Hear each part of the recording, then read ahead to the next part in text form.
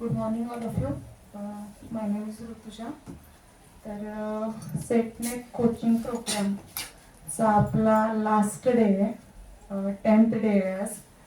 आणि इथून मागचे जे लेक्चर्स झाले त्याच्यातून तुम्हाला बऱ्यापैकी अंदाज आला असेल की कशा प्रकारे क्वेश्चन्स येतात, किंवा जे काही आत्तापर्यंत जे प्रोफेसर्स येऊन गेले त्यांनी सांगितलं की त्यांचे अनुभव सांगितले, किंवा त्यांचा सेट नेटमधला एक्सपिरियन्स सांगितला. काही जण रिसेंटली पासआउट होते, फ्रेशर्स होते.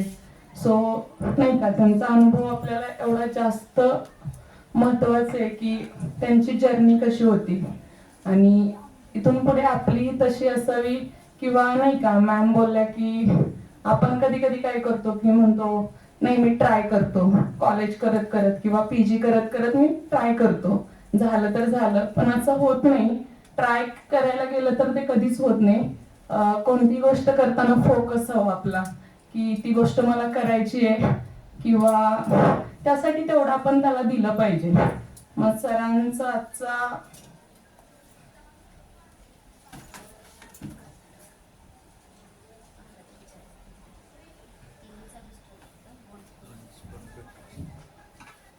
हा लास्ट डे आहे. तर असं वाटतंय की मागचे 9 दिवस जे काही झालं ते खूप महत्वाचं होतं. किंवा रिसेंटली जे UG किंवा जे ग्रॅज्युएट स्टुडंट आहेत त्यांना बऱ्यापैकी इकडची काही माहिती नसते जास्त, किंवा काही जणांना तर कुठे जायचंय याचीच काही कल्पना असते की आपल्याला पुढे काय करायचंय. सो नाही का, कोणीतरी बोलले की सेटनेट असं असं असते एक्झाम, किंवा त्याच्यातून असं असं म्हणजे नाही का ते क्वालिफाय झाले तर आपण कुठेही टीचिंगला घेऊ शकतात आपल्याला. बट ते असं नाही होत की आपण जस्ट एक्झाम दिले. या लेवलला तुम्ही आता पीजीला आहात तर तुमचं स्टेज डेअरिंग वाढलं पाहिजे, लोकांशी कम्युनिकेशन वाढलं पाहिजे. तुम्ही जेवढं इंटरॅक्ट कराल तेवढं तुमचं डेअरिंग पण वाढणार आहे आणि इतरही गोष्टी तुम्हाला नॉलेज येत जातं इथून. म्हणजे आतापर्यंत ग्रॅज्युएशन आपण असंच ढकलत काढलेलं असतंय की जाऊ दे चला होईल, किंवा बघू पुढच्या पुढे. आपल्याला वाटतं की अजून मला वेळ आहे, पण वेळ कशी येते आणि कशी निघून जाते हे 1-2 वर्ष. तर आता रिसेंटली तुम्ही UG केलं तुमचं, हे 1-2 वर्ष पीजी तर असं असतं की इथे तुमच्या सगळ्या गोष्टी बिल्ड होतात. तुमचं करिअर पण इथूनच होतं या 1-2 वर्षांमध्ये. आणि बाकीच्या गोष्टी एक मॅच्युरिटी असते ती ह्या एज मध्ये येते, ह्या 1-2 वर्षांमध्ये. सो इथून ही जॉबचं तुमचं किंवा तुम्हाला कुठेतरी सेटल व्हायचं वय आहे. त्यामुळे एवढंच सांगेन की कुठे जास्त वेळ घालवू नका आणि जिथे कुठे तुमचा टाइम इन्व्हेस्ट करताय त्यातून आउटपुट येऊ द्यात. सो आजचा आपला लास्ट डे आहे आणि आजचे आपले गेस्ट आहेत professor mister Sanjay Sahebrao Jagdale sir. तर ते असिस्टंट प्रोफेसर आहेत, त्यांचं डिपार्टमेंट आहे English.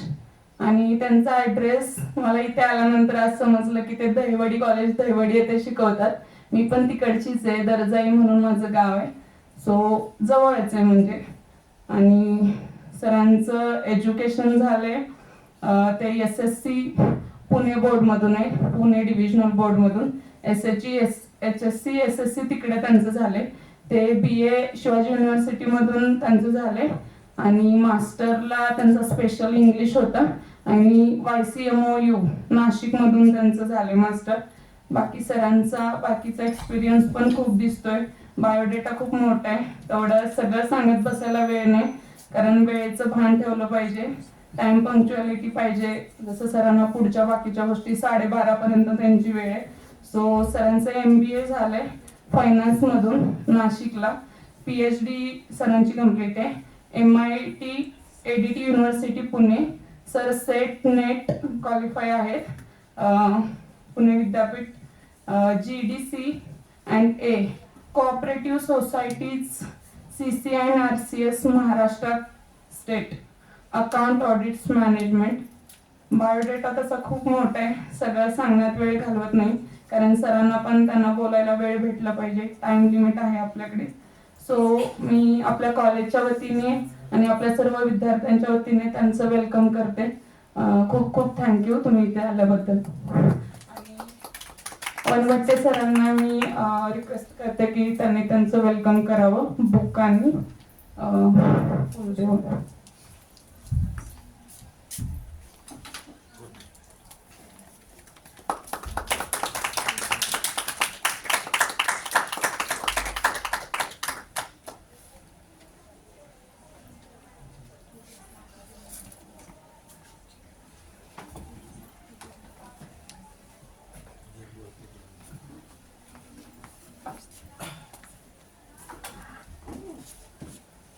Good morning.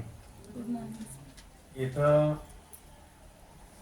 On the spot तयारी होऊन ऋतुजानं 2-3 वेळा ट्राय केला, नम्रताने केला. तुम्ही सगळ्यांनी करावं अशी अपेक्षा होती म्हणून प्रथम बोलायला संधी दिली. तर आज मीच करणार होतो, कारण आजचे वक्ते असे होते की पूजा जाधव मॅडम त्या सध्या सेट नेटचा अभ्यास करणार. आम्ही 10 लोकांना बोलवतो, त्याच्यामध्ये 2 बाहेरच्या कॉलेजची आणि 8 आमच्या कॉलेजची. मग 2 बाहेरच्या कॉलेजची ज्यावेळी बोलवतो त्यावेळी एक प्रमुख पाहुणा असतो आणि एक कुठल्या तरी एका याच्यासाठी केलतो. सर एक वेळ येऊन आपल्याकडे गेलेले याच विषयावर दहिवडीवर. 2 बाहेरच्या कॉलेज आणि 8 आमच्यात घेतो, त्यातले 4 जुने घेतो आणि 4 फ्रेश सेट झालेल्यातले घेतो. यावर्षी आम्ही एक नवीन कॅटेगरी काढली की जो सेट नेट नाहीच आहे पण अभ्यास करतोय असा एक प्राध्यापकाला संधी द्यायची. आणि ती संधी आम्ही यावर्षी दिली, पण हे सगळे मिस झाले. ज्या पूजा मॅडम आहेत त्यांच्या वडिलांना अचानक ऍडमिट करावं लागलं आणि 24 तास अंडर कन्सन्ट्रेशन, त्यामुळे त्या राहिलेल्या दवाखान्यात आज. त्यामुळे संध्याकाळी 5 वाजता यांचा फोन आला. तोपर्यंत तुम्हाला मेसेज सुद्धा टाकला नव्हता. बरेच जण मला विचारत होते की बाबा उद्याचं काय झालं, उद्या हाय का नाही. म्हटलं आता ऑप्शन तयार पाहिजे. Show must go on. ठरलेली वेळ टाइम टेबलशी फिट पाहिजे आपण. पण मी अशी कुठली परिस्थिती येऊ दिलेली नाही. प्रत्येक लेक्चरसाठी 2-3 ऑप्शन तयारच ठेवलेले. पहिल्यांदा जे शेड्यूल मध्ये आहे त्यातलं एखाद दिवस मागं पुढे करतो आम्ही. आहे त्या सगळ्यांना संधी देतो. जर अगदीच काय नसेल, होतच नसेल, आता आजचा होता की आज कोणाला ऑप्शन नाही आहे, पुढे कोण नाही आहे, आज लास्टच आहे, आता रिप्लेसच करायचं आहे, तर मग आम्ही मागच्या याच्यामध्ये आहे त्याच्यामध्ये कोण संधी घेते का बघतो, नाही तर मागच्या याच्यामध्ये देतो. मागचे 4 वर्षाचे मी काढले की हायर एज्युकेशनवर कोण कोण येऊन गेले. आणि ऑन दी स्पॉट संध्याकाळी 5 ला सांगणं आणि उद्या लेक्चर घ्या म्हणणं, कारण हे ऑनलाईन रेकॉर्ड राहतात. 4 वर्षाचं आमचं ऑनलाईन आहे. तर ते असं मिसबिहेव व्हायला नको किंवा मिसलिडिंग व्हायला नको कोणाचं. मग मी विचारत घेतलं की बाबा कोणाचे प्री प्लॅन शेड्यूल आहे, कोण कामात आहे, कोण बाहेर गावी आहे. आणि एक दोघे तयार झाले. एक नागा होता आणि एक संजू. त्यांच्या प्राचार्यांची परवानगी मिळेपर्यंत दोघांचाही होकार घेतला. दोघेही तयार होते. ऑन दी स्पॉट सांगितल्यानंतर तुम्ही लक्षात ठेवा प्राध्यापक, तुम्हाला वाटलं की आता आम्हाला विचारायला लागेल, लगे ओळख करून द्या म्हणून. सेट नेटच्या व्याख्यानाला कराडच्या एचजीएम कॉलेजमध्ये जाऊन व्याख्यान द्यायचं म्हटलं अनेक वेळेला हा प्राईड पण आहे, एकेकाला आनंद पण आहे आणि एकेकाला संकट बी आहे, जरी आपला जरी असला तरी सुद्धा. तर ऑन दी स्पॉट सर तयार झाले. पहिल्यांदा मी त्यांची लेट सांगितल्याबद्दल दिलगिरी व्यक्त करतो आणि निमंत्रण स्वीकारल्याबद्दल मनापासून आभार पण मानतो. एवढ्या क्लिक मध्ये कोण लगे होय म्हणत नाही.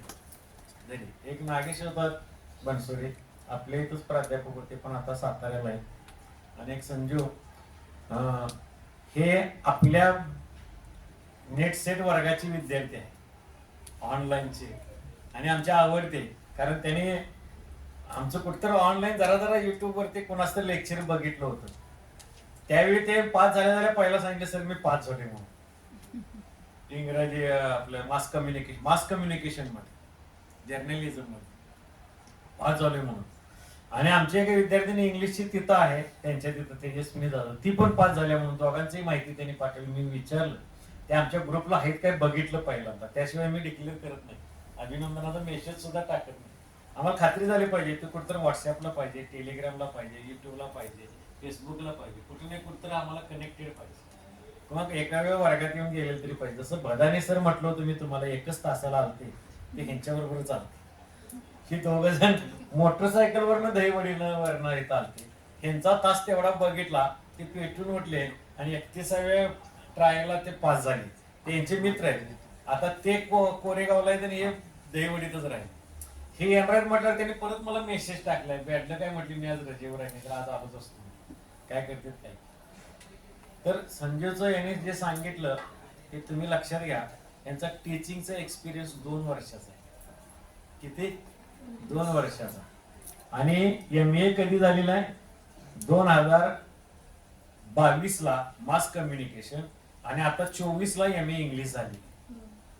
फरक लक्षात आला?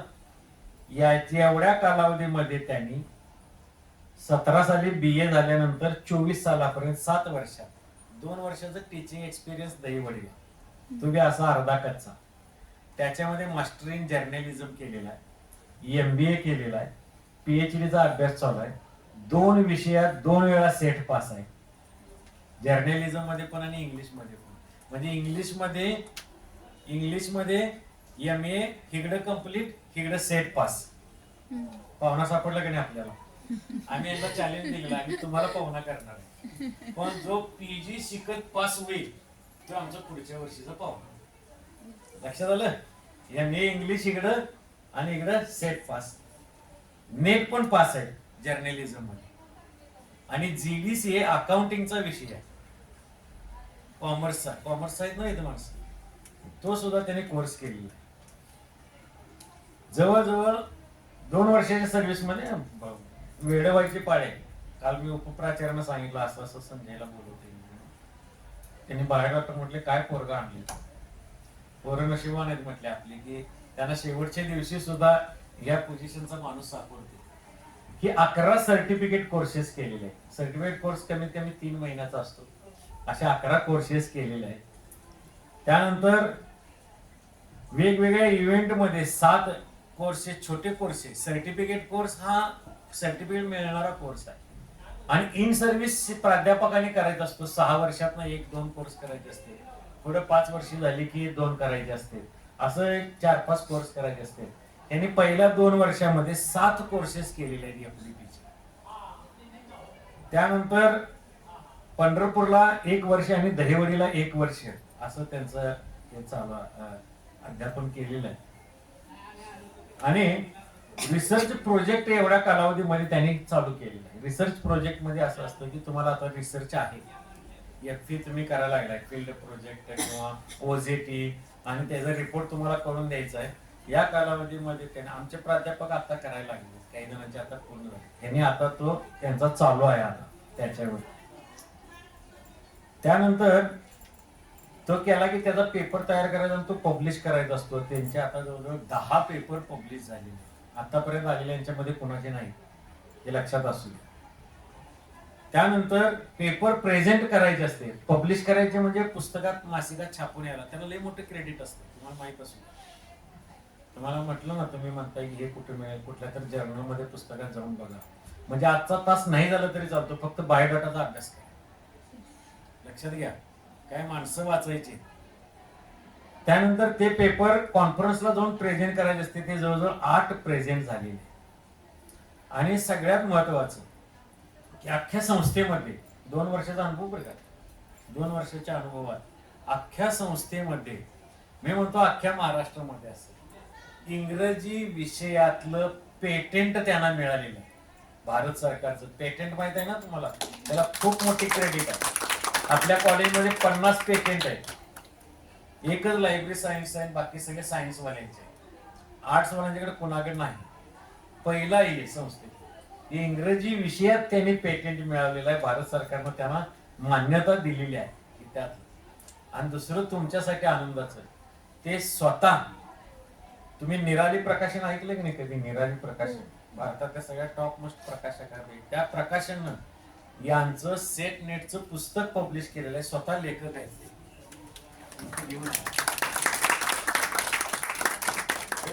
स्वतः लेखक आहेत ते. त्यांचं पुस्तक आहे स्वतःचं, निराली प्रकाशनचं आहे. हे भारतभर चालतंय. आणि ते तुमच्यासाठी, म्हणजे आता त्यांचं झालं की सगळं, आता फक्त लागायचं. 250 रुपयाचं पुस्तक आहे. याच्यापेक्षा मोठी ओळख कुणाची असू शकत नाही, कारण 2 वर्षाचे अनुभव पहिला. हे मुद्दा लक्षात ठेवा. तुम्ही म्हणताय आता काय कसं तर करून पास होऊ दे एक वेळ, मग झालं आपलं गंगेत घोडं नालं, पण तसं नाही. आणि अभ्यासक्रम तयार करण्यामध्ये सुद्धा त्यांनी सहभाग घेतलेला. मला हे सांगायचं होतं की माणूस भेटणं, आपल्या समोर येणं आणि त्यांचं ऐकायला मिळणं हे आपलं भाग्य आहे, तसं आमचं पण भाग्य आहे. संजयने स्वतःहून सांगितलं, मोठेपणानं कोण सांगत नाही की मी तुमच्या ऑनलाईन ऑफलाईन वर्गाचा विद्यार्थी आहे. जसं बदानीने सांगितलं, मी एकच तास बसलो होतो, तो यांचा तास होता. दोघं दोस्त होते, मोटरसायकल आलते. त्यावेळी बदाने सर तिथं दहीवडीला होते आणि संजय पण तिथं, दोघे पंढरपूरला होते. तिथनं गाडीवरनं आलते.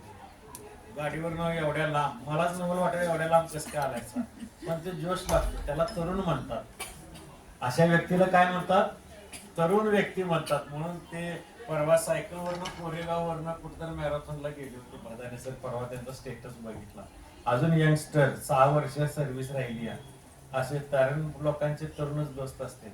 दोघे जण इथं आले, तेवढा 1 तास बघितला आणि त्यांनी इथलं सगळं आमचं नेट सेट वर्गाचं सगळं फोल्डर माझं नेलं. दहीवडीला ह्यांनी दोघांनी जाऊन सांगितलं असलं घेऊया, असं करतात म्हणून. तर कुणी ते स्वीकारलं नाही. आज सकाळी एक आमच्या इथं प्राध्यापक होते, कटरे म्हणून, तुम्हाला माहिती असतील इंग्लिशचेच, गणेश कटरे म्हणून, आता विटायला लागलेलं. सेम वर्ग तिथं चालू केलेले.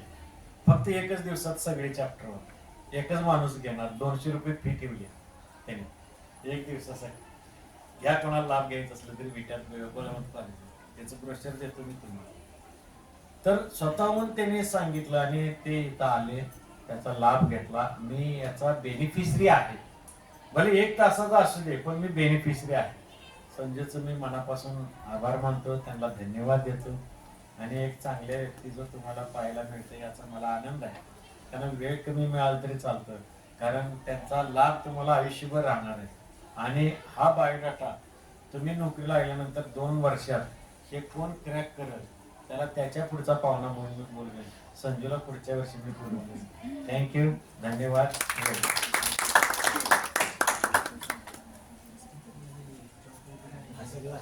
एक खडू आणि हे मला स्वच्छ करून दे. खडू पण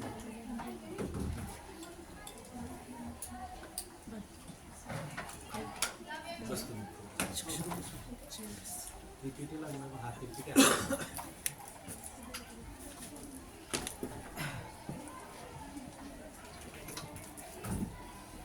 12:30 पर्यंत आपलं टायमिंग आहे. तुम्हाला पाहिजे तेवढे घ्या, जादा घ्या, कमी घ्या, कसे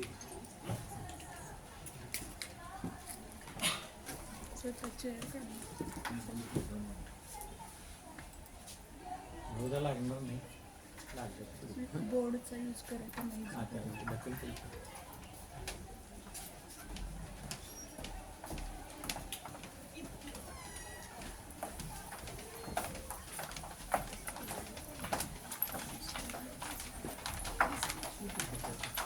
तुमचा कुठला विषय? चलो सगळ्यांना गुड मॉर्निंग. आवाज येतोय का पाठीमागे? आता हा तुम्हाला कॉर्डलेस पाहिजे? नाही काही येतो. आज शेवटचा 10वा दिवस आहे ना तुमचा? अरे आहे का?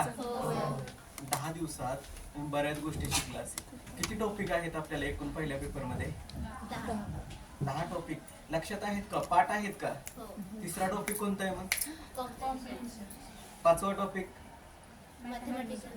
फक्त दोघींनाच माहिती आहे का? बाकीच्यांना? सगळ्यात आधी ज्यावेळेस मी जरी 10वा चॅप्टर शिकवणार असेल तरी त्याच्या आधी तुम्हाला सगळ्यात आधी तुमचा पूर्ण सिलेबस पाठ पाहिजे बाळा. पहिला टॉपिक कुठला आहे? टीचिंग ऍप्टिट्यूड की रिसर्च ऍप्टिट्यूड? सगळ्यांनी कोणता आहे? सुरुवातीला आज तुम्हाला एक गोष्ट सांगतो, मी पास होण्याच्या आधी पण ते करत होतो, झाल्यानंतर कुठल्याही परीक्षा देण्यासाठी इव्हन जीडीसी असेल तरी मी तेच केलं होतं. सिलेबसची प्रत 2 का 3 पानाचा सिलेबस आहे ना बाळांनो? त्या सिलेबस तुमची जी नोटबुक असेल किंवा तुमचा जो अभ्यासक्रम असेल त्या अभ्यासक्रमाच्या सुरुवातीला काय करायचं, जिथे अभ्यास करणार आहे तिथे तुमचा सिलेबस अटॅच करून घ्यायचा. ओके, नोटबुक मध्ये लिहून घ्या. पहिली गोष्ट, परीक्षेचा अभ्यास करण्यासाठी तुम्हाला मस्ट असणारी सिलेबस अटॅच करून घ्या. रोज सिलेबस बघणे. का सिलेबस बघायचं सांगा बरं मला? का गरजेचं आहे सिलेबस बघणे? सिलेबस माहिती असेल तर पुढचं आपण करू ना, की कशा वेळी जायचं किंवा काय पॉइंट आणि काय केलं पाहिजे काय नाही केलं पाहिजे. सिलेबस तुम्हाला कमीत कमी वळण 30 ते 35% बूस्ट अप करतो सिलेबस. का करतो? रोज त्याच गोष्टी बघतात. आता मला सांगा, प्रत्येक जण वेगवेगळ्या शाखेतून आलेला आहे, बरोबर आहे? How many student from the science? How many student? Okay. How many arts? Commerce? बघा, सिलेबस पण तसंच आहे की नाही रे बाळांनो? जे सायन्स आणि कॉमर्सचे असतील त्यांना मॅथमॅटिक्स, रिझनिंग सोपं जाते का अवघड जाते? सोपं की अवघड? अवघड जाते. ओके. आर्ट वाल्यानं काय सोपं जाते? काय सोपं जाते? बघा किती गोष्ट आहे हायर एज्युकेशन मध्ये. तुम्ही कधी ना कधीतरी वाचलेलं असतं, कधीतरी शिकलेलं असतं. चाणक्य असेल, माहिती का तुम्हाला? नालंदा युनिव्हर्सिटी, चाणक्य युनिव्हर्सिटी, ह्याच्या आधी खूप वेळा बघितलं आहे. आयुष्यात कधी ना कधी गणित सोडवलेले, कधी ना कधी पॅराग्राफ तुम्ही सोडवलेलं आहे. 10वी पर्यंत आमच्या वेळेस ते पॅराग्राफच असायचे आणि पुन्हा आता तुम्हाला संधी दिली. बघा अजून एक गोष्ट सांगतोय तुम्हाला, मी शिकवण्याच्या आधी 3-4 गोष्टी सांगतोय भाऊ. आज ही तुम्हाला 2/3 मार्क नाहीये, 1/4 मार्क नाहीये. येणाऱ्या काळात 2-3 वर्षानंतर तुमची सेट परीक्षा ही निगेटिव्ह होण्याच्या मार्गावर आहे. ऑल्सो UGC नेट सुद्धा 2022 ची घेण्याचा प्रयत्न केला होता, पण त्याला लोकांनी विरोध केला म्हणून हे झालं. भविष्यात चाळण लावायची आहे, ह्याच लोकांना जॉब नाहीत लोक, सो इथे चाळण लावायची. सो भविष्यात सेट किंवा नेट कशी होईल? निगेटिव्ह. बघा फार पूर्वी लोक काय म्हणायची, एक उदाहरण देतो तुम्हाला शिकवण्याचे. नवरा बायको हे 2 काय रथाची 2 चाक. आपल्याला किती टॉपिक आहे 300 मार्कामध्ये? 1 का 2? अरे 2 सब्जेक्ट आहेत ना. पहिला आहे किती मार्काचा? दुसरा किती मार्काचा आहे? किती टोटल? आणि विषय वाय 150च्या प्लस कास्टनुसार पुन्हा विषय वाय काय होतं तुमचं मेरिट लागतं की नाही? बरोबर आहे. पण का महत्वाचा आहे पहिला विषय, का महत्वाचा आहे दुसरा विषय? एकाच वेळेस तुम्ही एकाच विषयानुसार किती, अनेक माझे मित्र आहेत त्यांना 140-130 मार्क पडतात ओपन मध्ये, म्हणते मी सेकंड पेपर मध्ये, पण दुसऱ्या पेपरला 40च्या वर जात नाही. क्वालिफाय होणार आहे का नाही? Yes or no? अरे होणार की नाही? नाही होणार. पुन्हा एक अट आहे तिथं, 40% पेक्षा विषयात जास्त मार्क पाहिजे. ह्या गोष्टी कधी शिकणार? ज्यावेळेस तुम्ही एखादी गोष्ट बारकाईने बघेल, सिलेबस बघेल. मग मागच्या वर्षीच्या प्रश्नपत्रिका किती जणांनी डाउनलोड केल्या? 1 आणि 2. पाठीमाग आवाज येतोय का माझा? मग का नाही तुम्ही ज्यावेळेस लेक्चर होत राहतील तिथे लेक्चरला मी जरी नाही आलो तरी तुम्ही ऑनलाईन बघचाल, ऑनलाईन नाही बघितली तुम्ही विकत पुस्तकं घेचाल. पुस्तकं बरीच आहे, बरोबर आहे? पुस्तकांची लिस्ट आहे, तुम्ही पुस्तकं घ्यायचा. पण हे लक्ष कधी देणार तुम्ही? मागच्या प्रश्नपत्रिका तुम्हाला बऱ्याच गोष्टी शिकवतात. दरवर्षी 4 ते 5 प्रश्न फक्त रिपीट होतात, पण मागच्या वर्षी जे प्रश्न विचारले त्या प्रश्नांचे जे ऑप्शन आहेत त्याच्यावर नवीन प्रश्न तयार केले जातात. हे मला कधी कळालं ज्यावेळेस 2022 साली मी माझं पुस्तक लिहित होते. हे पुस्तक मी माझ्यासाठी नाही लिहिलं, माझी एक मैत्रीण आहे, जसे मित्र होते ना बदाने सर, ते 31व्या वेळेस पास झाले. किती? 31 वेळा परीक्षा दिली. 31 वेळा. त्यांचे पहिला पेपर आहे 1999 ला काहीतरी दिला होता, तिथून ते कधीच पास नव्हते. ती आणि माझी कानाजवळ दुसरी मैत्रीण होती, पॉलिटिकल सायन्स सब्जेक्ट होता. तिने 2-3 पेपर दिले, तिला पहिल्या पेपर मध्ये मार्कच कमी पडते. बसून बसून डोक्यात आयडिया आली की का नाही अनालिसिस करायचं, कारण मला सवय. आजही मी 2 विषयातनं पास आहे. इव्हन IKS विषय ऐकलाय का तुम्ही? इंडियन नॉलेज सिस्टम नसेल, तुम्हाला नसेल, आय थिंक नवीन आलाय. भारतीय ज्ञान परंपरा हा विषय आहे, त्यात सुद्धा मी PhD साठी क्वालिफिकेशन वगैरे आहे. तो संस्कृत मधला विषय आहे. सांगण्याचा उद्देश काय की प्रत्येक विषयाच्या प्रश्नपत्रिका डाउनलोड होतो पहिल्या. So we let us focus on the our topic. Next slide, full करा स्लाइड. बघा आपल्याकडे 2 प्रकारच्या शिक्षण प्रणाली. भारत स्वतंत्र कधी झाला बाळांनो? भारत स्वतंत्र कधी झाला? 1947. ह्याच्या आधी जी शिक्षण प्रणाली होती, जी प्राचीन संस्कृती होती, वैदिक काळ होतो, त्याला काय म्हणतो आपण? वैदिक संस्कृती म्हणतो. मग वैदिक संस्कृतीमध्ये आपण आठवतंय का रामायण बघितलंय? कधी रामायण बघितलंय तुम्ही? महाभारत बघितलंय? त्यावेळेस एका तुम्हाला माहित असेल काय म्हणतात, पांडव आणि कौरव कुठे शिक्षण घ्यायचे? कोण गुरु होते त्यांचे? द्रोणाचार्य होते. मग बाळांनो बघा, मी काय आहे हे शिकवणार नाही, प्रश्न कसे येतात ते शिकवणार. म्हणजे ही प्राचीन संस्कृतीतली शिक्षण पद्धती होती. मग त्यात उपनिषद आहे, वैदिक जीवन आहे, वैदिक शिक्षण आहे, मग वेद आहेत. वेद माहिती आहे ना, किती वेद आहेत आपल्याकडे? 4 आहे. ऋग्वेद आहे, सामवेद आहे, अथर्ववेद आहे, अजून कुठला राहिला? ह्या गोष्टीतनं प्रश्न तयार कसे होतात? मी फक्त तुम्हाला काय आहे काय नाही सांगणार, तुमचं तुम्ही फक्त त्याच्यावर बारकाईने लक्ष देऊन अभ्यास करा. मग गुरुकुल शिक्षण पद्धती का आली भारतात? मग त्यात सर्व वर्णातल्या सर्व लोकांना तळागाळाच्या शिक्षणाच्या संधी होत्या का? होत्या का? कोणाला होत्या? उच्चवर्णीय स्त्रियांना होत्या का? त्यातल्या त्यात उच्चवर्णीय स्त्रियांना सुद्धा होत्या का? हा सुद्धा प्रश्न.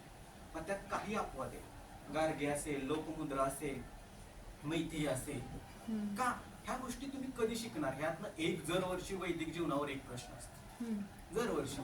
हे झालं हिंदू संस्कृतीच्या रिलेटेड.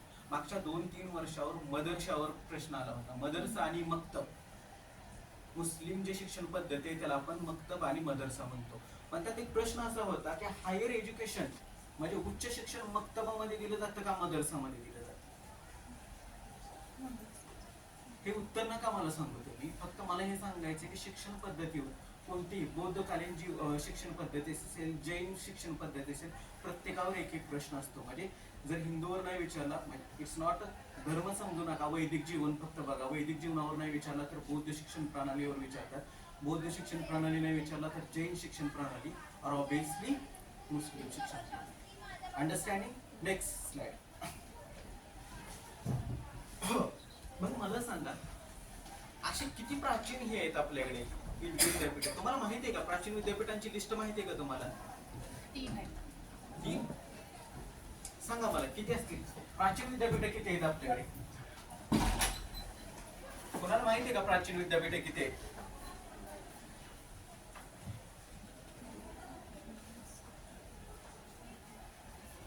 प्रश्न कसा तयार होतो? प्राचीन विद्यापीठ किती आहेत हा नसतो प्रश्न. प्रश्न तयार होतो की त्या विद्यापीठाची स्थापना कोणत्या राजाने केली, बघा कोणत्या साली झाली, आणि त्या विद्यापीठातलं प्रमुख शिक्षण कोणतं होतं. प्रत्येक विद्यापीठाचं एक वेगवेगळेपण आहे. काही विद्यापीठात कशाचं शिक्षण देत होते? युद्धाचं शिक्षण दिलं जायचं. काही विद्यापीठात आयुर्वेदाचं शिक्षण दिलं जायचं. प्रत्येक. मग चाणक्य कुठल्या विद्यापीठातलं होतं हे तुम्हाला माहिती पाहिजे. प्रश्न तयार कसे होतात? मी स्लाइड नंबर 16च्या पुढे प्रश्न ऍड केलेत की कोणत्या ह्याच्यामध्ये कसे प्रश्न आले मागच्या 2 वर्षाचे विथ अनालिसिस. मग ह्या विद्यापीठांची लिहून घ्या, विद्यापीठांची लिस्ट. मी सांगतो ते मुद्दे फक्त हायर एज्युकेशन मध्ये तुम्ही अभ्यासावर.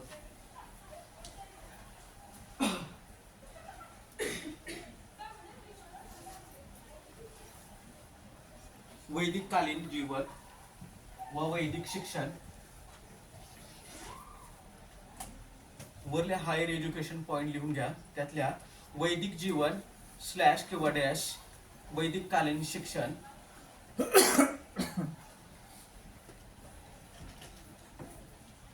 पुढे दुसरा मुद्दा लिहा भारतातील प्राचीन विद्यापीठे.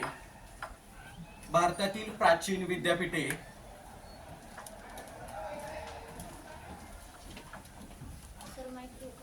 आहे का?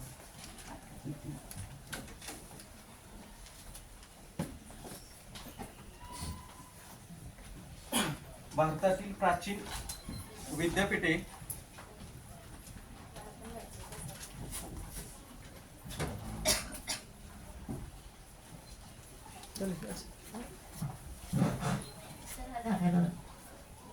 हॅलो भारतातील प्राचीन विद्यापीठे. मग आता मला सांगायचं बाळांनो, उद्या तुम्ही लिस्ट बनवायची. मी जरी नसलो तरी हा सिलेबस जेवढं सांगतोय त्याची माहिती गोळा करून तुम्ही तुमच्या ग्रुपवर अटॅच सेंड करायची. प्रत्येकाने सरांना सेंड करा, मला नका, ग्रुपला पण नका करू. बघा ही माहिती का ज्यावेळेस आता तुम्हाला हे पुस्तक दाखवणार आहे मी नंतर शेवटच्या वेळेस, बघा ह्या पुस्तकातून हे सेटच्या इतिहासातलं पहिलं हे जे पुस्तक होतं, प्रश्नपत्रिका अनालिसिसचं पुस्तक होतं. यातून किती जणांना फायदा झाला, काय झाला हे मला सांगा. म्हणजे मी काही इथं विक्रेता म्हणून तुमच्या समोर उभा नाहीये, आणि मला ह्या गोष्टीचा आनंद पण आहे की मी कधी हे पुस्तक विकलं नाहीये. मी कधीच विकलं नाही. निरालीनं त्यांचं काय केलं असेल मला माहित नाही, पण सांगण्याचा उद्देश काय, जेवढ्या मागच्या प्रश्नपत्रिका सोडवतात तेवढे तुमच्या मनात नवीन प्रश्न निर्माण होतात. अनालिसिस करा, प्रत्येक प्रश्नाचा अनालिसिस करा. भारतातील प्राचीन विद्यापीठ कोणतं आहे त्याचं उत्तर तक्षशिला आहे, त्याच्याबरोबर 4 ऑप्शन असतात. बरोबर आहे की नाही? विक्रमशिला असेल, अजून कुठलं नालंदा असेल किंवा सौराष्ट्र विद्यापीठ असेल. मग ह्यातलं प्राचीन कोणतं आहे? बाकीच्या राहिलेल्या 3 प्राचीन विद्यापीठाचं अनालिसिस कोणी करून दिलं पाहिजे तुम्हाला. You have a lot of options. Okay, नाव नुसता प्रश्न अपलोड केला तरी AI तुम्हाला सगळ्याच गोष्टी देते ना. ह्या गोष्टीतून तुम्ही डेटा कलेक्ट करा. ही गोष्ट आता बघा, ही परीक्षा फक्त इन्फॉर्मेटिव्हची परीक्षा. It's not UPSC. तुम्हाला अभ्यास करायचा आहे, थिंकिंग करायची आणि कन्सेप्च्युअल लिहायचं आहे. You have need to taking information related to questions and the syllabus. Only the follow the syllabus of the who is uploaded by UGC. फक्त सिलेबस अपलोड करा. सिलेबसच्या बाहेर पेपर 1 असो किंवा 2 असो जात नाही. मग तुमचं टार्गेट किती पाहिजे? पेपर 1चं टार्गेट किती ठेवणार तुम्ही 100 पैकी? किती? 70-80. ओके, बाकीच्यांचं अप्रॉक्सिमेटली तुम्हाला कमीत कमी 60च्या पुढे पाहिजे तरच तुमचा रिझल्ट येतो. कारण काय झाले, मुलांची संख्या ही वास्तव आहे. तुम्हाला वास्तव नसेल तर मी तुमच्या ग्रुपला एक फाईल पाठवतो, मागच्या 4 ते 5 वर्षाचा एकूण कट ऑफ किती लागले. ह्या गोष्टी तुमच्या समोर ठेवा. एक प्रिंट कट ऑफची पण ठेवा. 3-4 वर्षाचा कट ऑफ आहे तुमच्या. एक सिलेबस ठेवायचा. दुसरी गोष्ट मागचा सगळ्या प्रश्नपत्रिका पेपर 1च्या एकत्रित पंच मारून ठेवा. दुसरी गोष्ट कट ऑफ 3 ते 4 वर्षाचा कट ऑफ बघा. प्रत्येक दरवर्षी प्रत्येकाची कास्ट वेगवेगळी आणि कास्टनुसार तुमचं काय करते विद्यापीठ, म्हणजे पुणे विद्यापीठ कंडक्ट करते आणि ते तुमचं हे लावतं, मेरिट लावतं. मग तुमच्या कास्टचं मेरिट किती लागले? मागच्या वर्षी जर तुमचा एखाद्याचा विषय असेल कॉमर्सचं मेरिट लागले OBC मधून 162 मार्क, तर तुम्हाला त्याच्यापेक्षा 4 मार्क जास्तच पाहिजे. हे तुमच्या वहीत लिहून ठेवा. ज्यावेळेस अभ्यास करणार आहे, आज हे माझ्या वहीत मी वेगवेगळे विषय, म्हणजे मीही अभ्यास करत असतो तुमच्यासाठी, तर लिहिले मला IKS मध्ये किती पाहिजेत. पेपर 1 मध्ये मला 60 मार्क पाहिजे. बघा, ज्यावेळेस 60 लिहितो त्यावेळेस 58 पर्यंत पोहोचतो. 60 लिहिले की 60 पडत नाहीये. अपवादात्मक स्थितीत जर गेला तर पेपर कसा येतोय त्याच्यावरही असतं. पेपर 2 ला किती पाहिजेत? पेपर 2 ला मला 100 पाहिजे. ह्या गोष्टी तुम्ही लक्षात ठेवा. हे काय, हे PDF जरी मी दिली, PPT दिली, तुम्ही घरी जाऊन बघणार, तुम्हाला मी पुस्तक दिलं, तुम्ही घरी जाऊन वाचणार, पण जे काही करायचे ते कुणाला करायचे? आपल्याला. हेच तुम्हाला वैदिक काळातले जे प्राचीन काळ होते, गुरु होते, विद्यार्थ्यांना प्रॅक्टिकल, तुम्हाला असं वाटून देऊ नका की आता प्रॅक्टिकल आले सायन्सच्या विद्यार्थ्यांना. वैदिक काळात विद्यार्थ्यांना बऱ्याच गोष्टी प्रॅक्टिकल शिकवल्या जायच्या.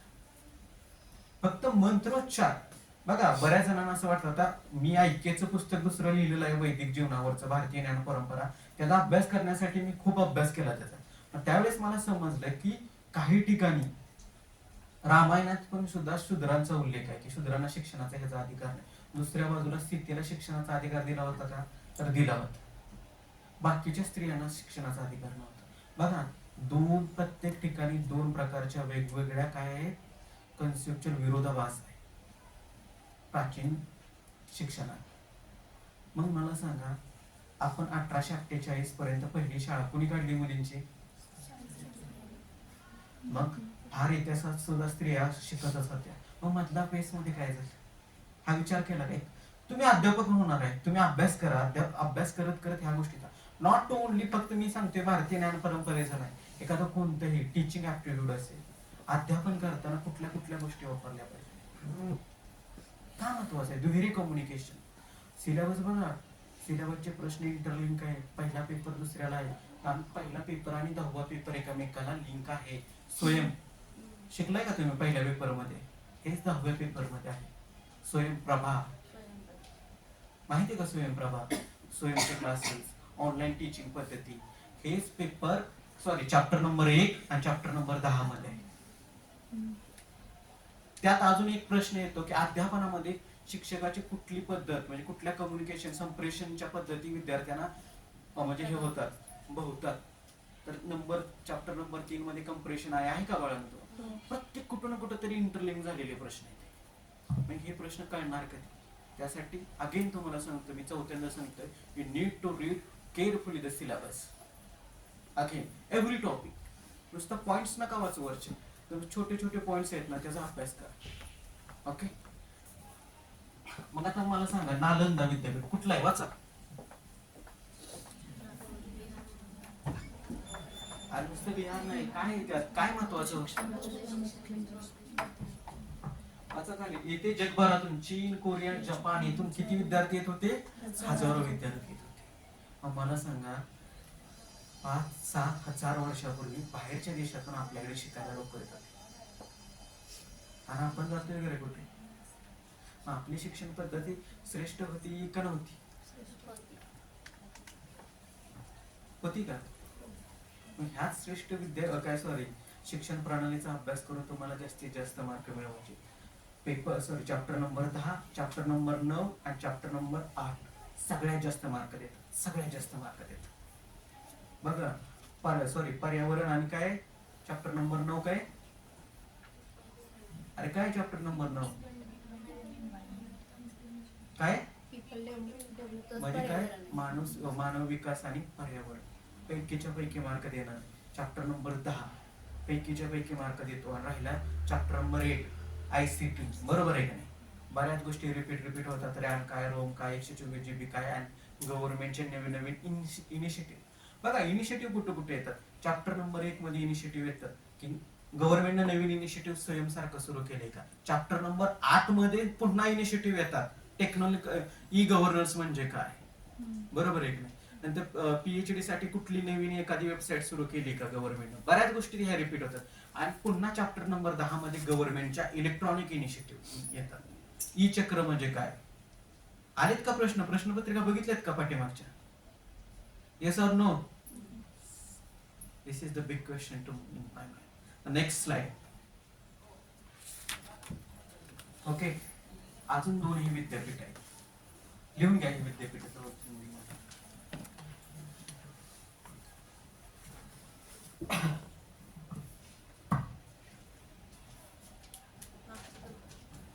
आता बघा विक्रमशिला कोणी स्थापना केली त्याची? पाल राजा. कुठल्या धर्माचे हे मुख्य केंद्र होते? बौद्ध धर्माचे मुख्य केंद्र होते. ह्या बऱ्याच छोट्या मोठ्या गोष्टी आहेत, बोल्ड केलेल्या गोष्टी आहेत. They became the question in the upcoming exams. Try to understanding how to they asking the questions in the exams. दोन्ही मध्ये फरक आहे. वज्रयीन बौद्ध धर्म आणि हीनयान बौद्ध धर्म. ही सुद्धा गोष्ट लक्षात ठेवा.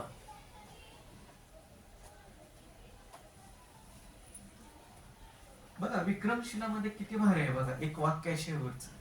पदवी समारंभात राजा स्वतः काही राहत असे, उपस्थित राहत असे. म्हणजे शिक्षणाला राजा किती महत्व देत असे. एक गोष्ट कन्सिडर करण्यासारखी आहे. वल्लभी कुठे होते? कुठं होतं? गुजरात मध्ये. त्याचं प्रमुख वैशिष्ट्य काय आहे बाळांनो? अरे प्रमुख वैशिष्ट्य काय आहे?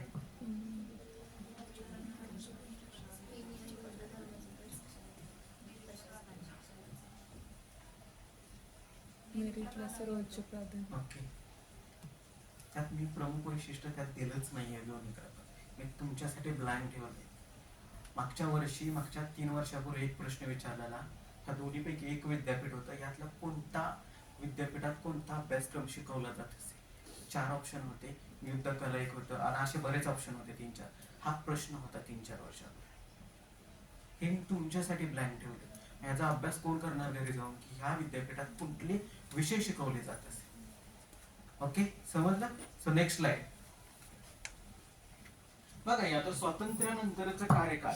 स्वातंत्र्य मी मगाशी सांगितल्याप्रमाणे भारत कधी स्वतंत्र झाला बाळांनो? 1947.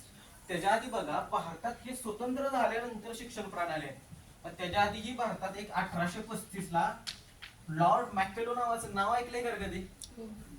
त्यानं भारतात शिक्षण पद्धती रुजवण्याचा प्रयत्न केला. झिरत्व सिद्धांत मांडला होता.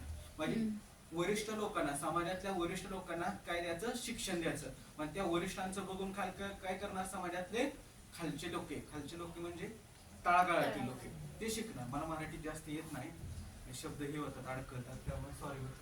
ओके, 1835 ला कुठला सिद्धांत मांडला? झिरत्व सिद्धांत. कोणी मांडला? लॉर्ड मॅकेलो. मग त्यावेळेस बघा ही भारत स्वतंत्र व्हायची गोष्ट आहे. नंतर 1854 ला वूडचा खलिता आला. वाचले का कधी वूडचा खलिता? कोण होता रे वूड? एक अधिकारी नेमला होता ब्रिटिशांनी की भारतामध्ये शिक्षण पद्धती कशी निर्माण करावी.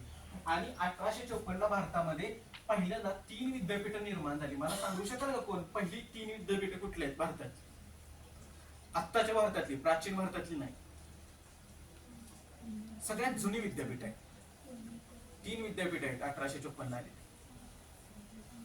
एक होतं Bombay university, you call now is Mumbai university, also in the Madras university, Chennai विद्यापीठ म्हणतात तुम्ही, ओके. आणि ऑल्सो कलकत्ता युनिव्हर्सिटी. कलकत्ता. भारतातली सर्वात पहिली 3 विद्यापीठ लक्षात ठेवायचं.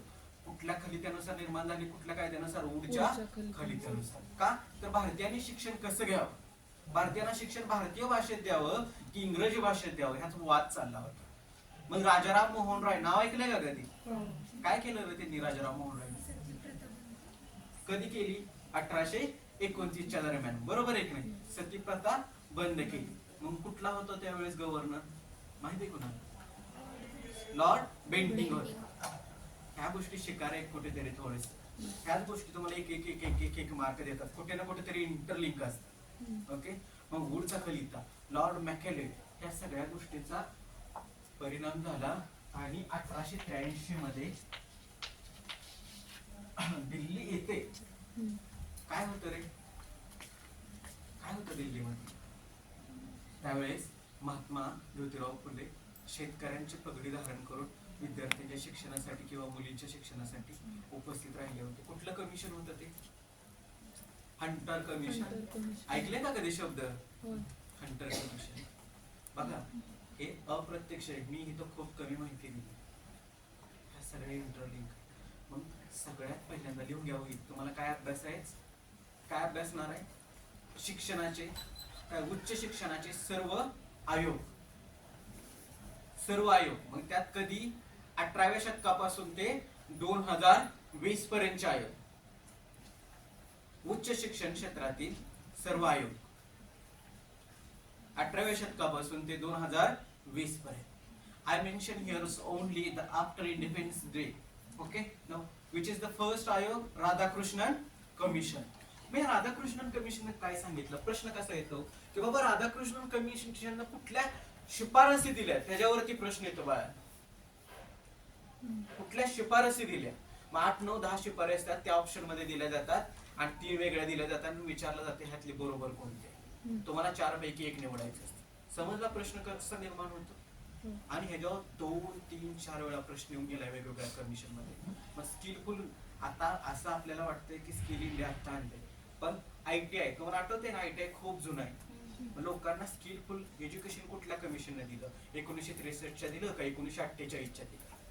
मग राधाकृष्णन कमिशन कुठल्या शिफारसी दिल्या सांगा बरं मला.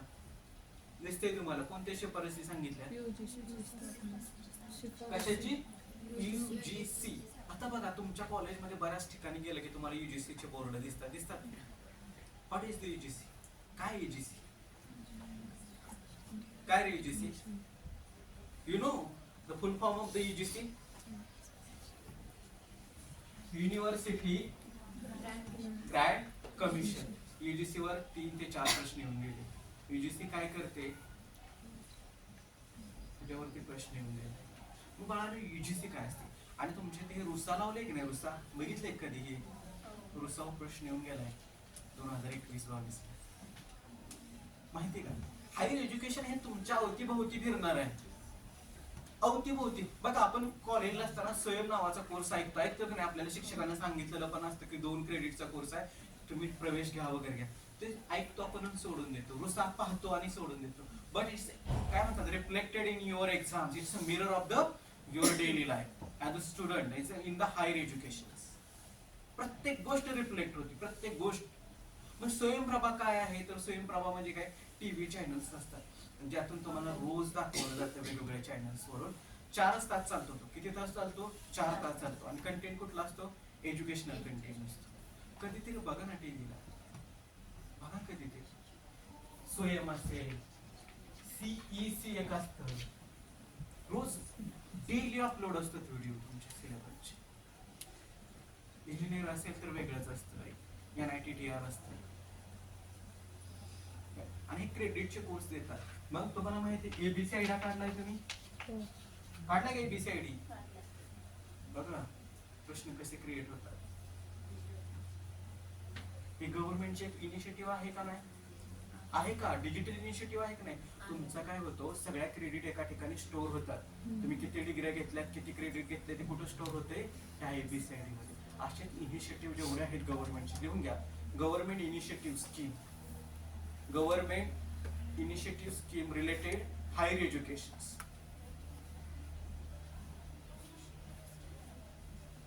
Government initiative scheme in higher education. एक प्रश्न 100% असतो दरवर्षी. किती प्रश्न असतो? एक प्रश्न. लक्षात ठेवा. मग आता ही UGC असताना बाळानो, UGCचे अध्यक्ष किती राहिले? UGCची स्थापना कोणत्या वर्षी झाली? UGCचे मराठी अध्यक्ष किती आहेत? आतापर्यंत 2 लोकांनी, मराठी लोकांनी त्याचं अध्यक्षपद भूषवलं. हे प्रश्न बघा तुम्ही. का तर मागच्या म्हणजे कमीत कमी नवीन सिलेबस बदलल्यापासून 18-19 पासून प्रत्येक वेळेस 8-9 परीक्षा होऊन गेल्यात. प्रत्येक प्रश्न विचारून झाले. पहिले प्रश्न कसे यायचे? UGC स्थापना कधी झाली? आता ते नाही, झालाही प्रश्न विचारू. सगळे प्रश्न काय तुम्हाला रिपीट नाही विचारणार आयोग. ह्यावरून प्रश्न नवीन तयार करणार. Look out a little bit, काय म्हणतात, सेट बघून बदलायला गेले. It's a look out a little bit down और टू MPSC. MPSC चे प्रश्न कसे येतात? एकातूनच प्रश्न तयार केले जातात. प्रश्नातून प्रश्न तयार केले जातात. बदलतोय आयोग. आयोगाकडे थोडंसं बारं काही ना बघा. म्हणून मी अजून एकदा सांगतो, प्रश्नपत्रिका आणि सिलेबस हे तुमच्या यशाचं सर्वात मोठं गमक असणार. तुम्हाला ह्याच 2 गोष्टी, फक्त प्रश्नपत्रिका बघायच्या मागच्या, सिलेबस दोन्ही पेपरच्या, आणि दोन्ही पेपरचं सिलेबस, आणि दोन्ही पेपरसाठी वेगवेगळ्या नोटबुक होत्या. ब्लाइंड घातलं तरी चालेल. तुम्हाला रफ पाहिजे असतात ना, ब्लाइंड बघा, ब्लँक पेजेसच्या रफ असतात बुक मोठे, तिथे अटॅच करा पहिल्यांदा सिलेबस. तिथे लिहा पेपर 1 मला 60 मार्क पाहिजे, पेपर 2 62 मार्क, पेपर 2 110 मार्क पाहिजे. प्रत्येक वहीवर आणि एम लिहा तिथं तुम्ही की मला एवढे मार्क पाहिजे. अजून तुम्हाला एक इनिशिएटिव्ह सांगतो, NTA अभ्यास म्हणून गव्हर्नमेंटचा ऍप्लिकेशन आहे. त्याच्यावर तुम्हाला प्रत्येक विषयाच्या प्रश्नपत्रिका मिळतात. कधी डाउनलोड केले का NTA अभ्यास? नेटच्या सगळ्या प्रश्नपत्रिका म्हणजे झालेलं नाही, त्यांनी सोडवाई दिले तुम्हाला. तास लावायचा, ऑटोमॅटिक इंटरव्ह्यू नेट. NTA अभ्यास ऍप्लिकेशन आहे प्रश्नपत्रिका सोडवण्यासाठी गव्हर्नमेंटचं. डाउनलोड करा घरी गेली. It's a call higher education, बाकी काहीच नाही. Okay, next slide.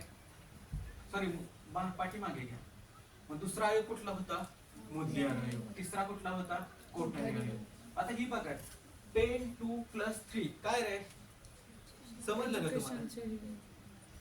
काय 10वी झाल्यानंतर 2 वर्षाची काय असते? तुम्ही 12वी करता. हा ग्रॅज्युएशन किती वर्षाचं आहे? 3 वर्षाचं.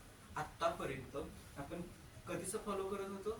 1966 ची जी शिक्षण प्रणाली आहे ती 2020 पर्यंत आपण फॉलो करतो. 2020 ला एक नवीन शिक्षण प्रणाली आहे. नेक्स्ट पुढे घ्या मॅडम. आता बघा, ह्या संशोधन संस्था आहेत ना, लिहून घ्या. संशोधन संस्था इन हायर एज्युकेशन, त्याच्यावर एक प्रश्न आहे. संशोधन संस्था इन हायर एज्युकेशन.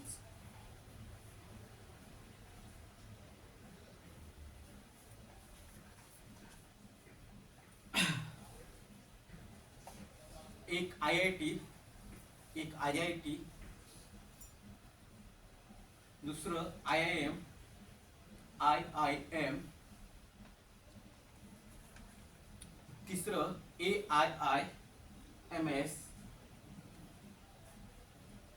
AIIMS, चौथं CSIR. सायन्सच्या मुलांना माहित असेल, तुमचे नेट कोण घेतं? कोण घेतं? ही संस्था घेते, बरोबर आहे की नाही? CSIR ऑब्लिक ICAR, हे ऍग्रिकल्चरची मुलं आहेत ना, कृषीवाल्यांसाठी ही संस्था असते, लक्षात ठेवा. ICAR. ओके, मग ह्या संस्था का अभ्यासणं गरजेचं आहे? तर भारतात किती IIT आहेत माहिती आहेत का तुम्हाला? आहेत का माहित? भारतात किती IIM आहेत माहिती आहे का? भारतातलं पहिलं IIM कोणतं? भारतातली पहिली IIT कोणती? हेच प्रश्न तुम्हाला पुन्हा परीक्षेमध्ये विचारले. त्यासाठी तुम्हाला ह्या गोष्टींची काय पाहिजे? तुमच्याकडे लिस्ट पाहिजे. Okay, next slide. आता बघा, नवीन न्यू एज्युकेशन पॉलिसी या 64चा आयोग कुठला होता? 364 मुदलियर आयोग होता. त्यानंतर किती नवीन आयोग आले? 3 आयोग आले. पहिला आयोग कुठला आला? एनईपी 1968. कोणत्या पंतप्रधानांच्या काळात आला बघा, प्रश्न येतो. कुठला पंतप्रधान होते त्यावेळेस? इंदिरा गांधी होते. नेक्स्ट कुठला आयोग आला? एनईपी 1986. इग्नोची स्थापना, ऑपरेशन ब्लॅक बोर्ड. बघा, ऑपरेशन म्हणजे वेगवेगळ्या चालवलेल्या स्कीम. सॉरी, काय म्हणतात? Operation black board. Operation black board म्हणजे काय माहिती आहे का तुम्हाला? माहिती आहे का? फळा आणि खडू आणि फळा. ओके, त्याच वेळेस खडून फळा आले मोठ्या प्रमाणात. होते त्याच्या आधी खडू फळा नव्हते असे नाहीये. नाहीतर तुम्ही म्हणतात सर दादा कोंडकेच्या चित्रपटात खडू फळा दिसायचा. ओके, पळावा पळवी बघितलाय ना दादा कोंडकेंचा? त्यात गुरुजी बघितलेत का? अरे हो का नाही? अजून एक पिक्चर सांगतो मराठी मधला, पिंजरा बघितलाय? बघितलाय का पिंजरा? कोण आहे रे? कोण आहे ऍक्ट्रेस? डॉक्टर श्रीराम लागू. अजून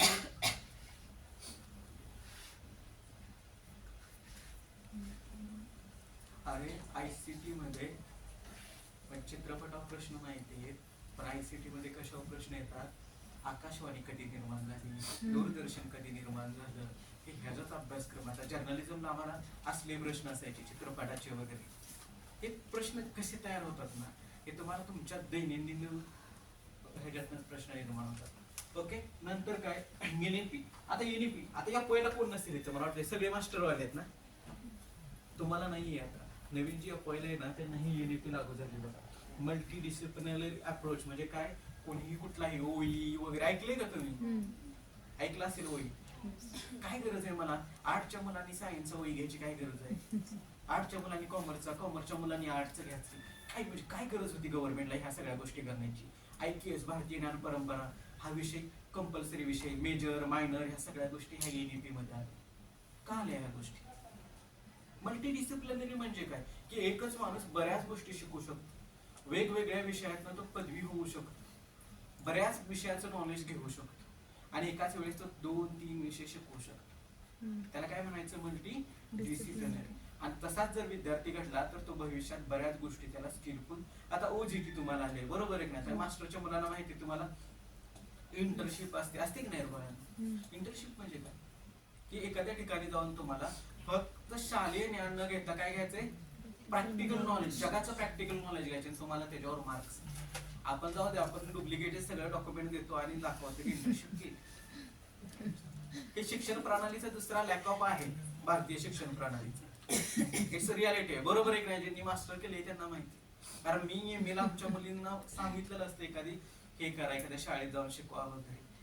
सांगितलेलं असतं आज की महिनाभर शिकवायचं नाही, एका आठवड्यातच ते रिपोर्ट आणून देतात मी शिकवलंय. इट्स रियालिटी टू काय म्हणतात इंडियन एज्युकेशन सिस्टम. अनादर वे दुसरी एक काय म्हणतात डार्क बाजू आहे भारतीय शिक्षण प्रणालीची. आणि त्याला काय माहितीये का? आपणच स्वतःहून केलेलं आहे भारतीय शिक्षण प्रणाली. इग्नोची स्थापना झाली की तो लिहिले. इग्नो माहितीये का रे मला तुम्हाला? काय आहे इग्नो? माहित आहे की नाही? हो की नाही? अरे हो की नाही? इंदिरा गांधी काय पुढे काय? National open university. मग भारतात ओपन विद्यापीठ किती आहेत, मुक्त विद्यापीठ किती आहेत, महाराष्ट्रातलं मुक्त विद्यापीठ कोणतं, महाराष्ट्रातल्या मुक्त विद्यापीठाची स्थापना कधी झाली, यावरती तुम्हाला परीक्षेत प्रश्न असतात. समजलं? लिहून घ्या. कशावर प्रश्न विचारतात? भारतातील व जगातील मुक्त विद्यापीठांचा अभ्यास. भारतातील मुक्त विद्यापीठांचा अभ्यास. Next slide.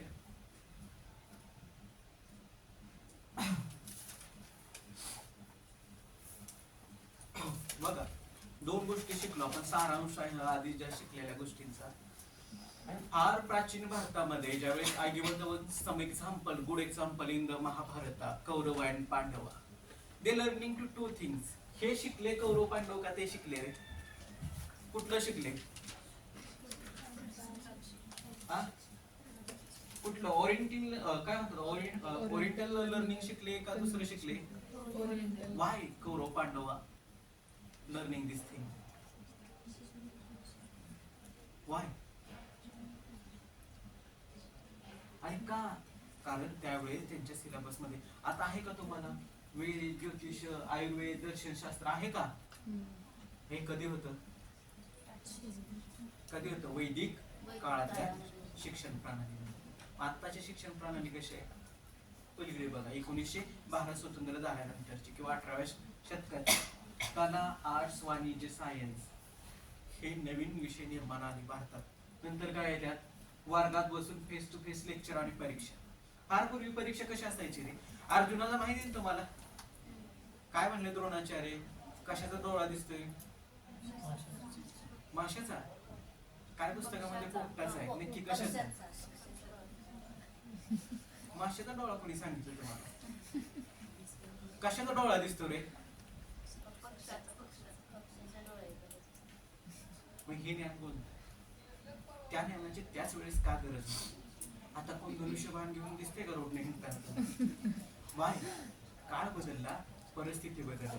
काळानुसार आपल्या भारतीय शिक्षण प्रणालीमध्ये काय होत गेले बाळांनो? बदल होत गेले. आणि भारतीय शिक्षण प्रणाली अतिशय व्यवस्थित चालली होती. बऱ्याच काय म्हणतात परकीय आक्रमणांनी, नालंदा असेल, तक्षशिला असेल, काय केली? विद्यापीठं जाळून टाकली. तुमच्या विद्यापीठांचा राज झाला. 12व्या शतकात तक्षशिला, नालंदा सारख्या विद्यापीठावर मोहम्मद घारीनं आक्रमण केलं, विद्यापीठं जाळली.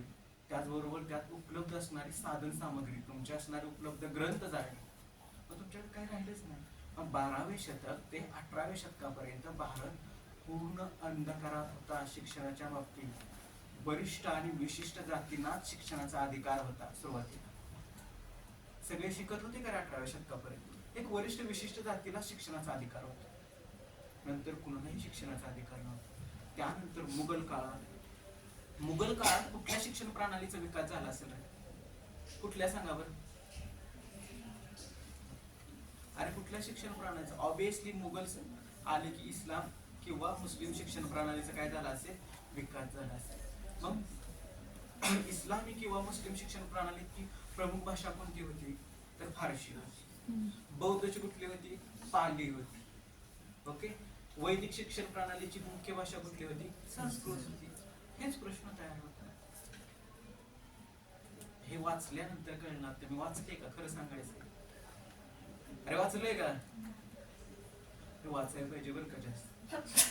आता इथे मी सांगणार, काय समजलं नाही समजलं, तुम्ही म्हणणार मास्तर आला गेला, काय तुम्हाला घेणं देत नसते. It's a reality. म्हणजे अर्धा पाऊण तास अजून ऐकचाल, मी एकटा ओरडेल, जसा दुखेल थोडा वेळ माझा, नंतर तुम्ही निघून जायचं. पण हे नंतरचा भाग कुणाला करायचा? मला की तुम्हाला? मी फक्त तुम्हाला सांगितले काय येणार तेवढंच सांगणार, मग तुम्ही काय करायला पाहिजे. बाकी मी तुम्हाला सर, आता तुम्ही म्हणसाल की सर हे का सांगणार अनालिसिस करून? हे सांगायचं म्हटलं की नाही अनालिसिस करून अख्खा दिवस जाईल. खूप शॉर्ट मध्ये मी दिलेलं आहे. नालंदा विद्यापीठावर बोलायचं म्हटलं ना, एवढा वेळ जाईल खूप वेळ जाईल. मग तक्षशिला विद्यापीठ आत्ताच्या पाकिस्तानमध्ये आहे. हे विद्यापीठ माहिती आहे का? पाकिस्तानला कोण होता? महाभारतातले इंटरेस्टिंग कॅरेक्टर आहे पाकिस्तान मधला आहे, तक्षशिला मधलं.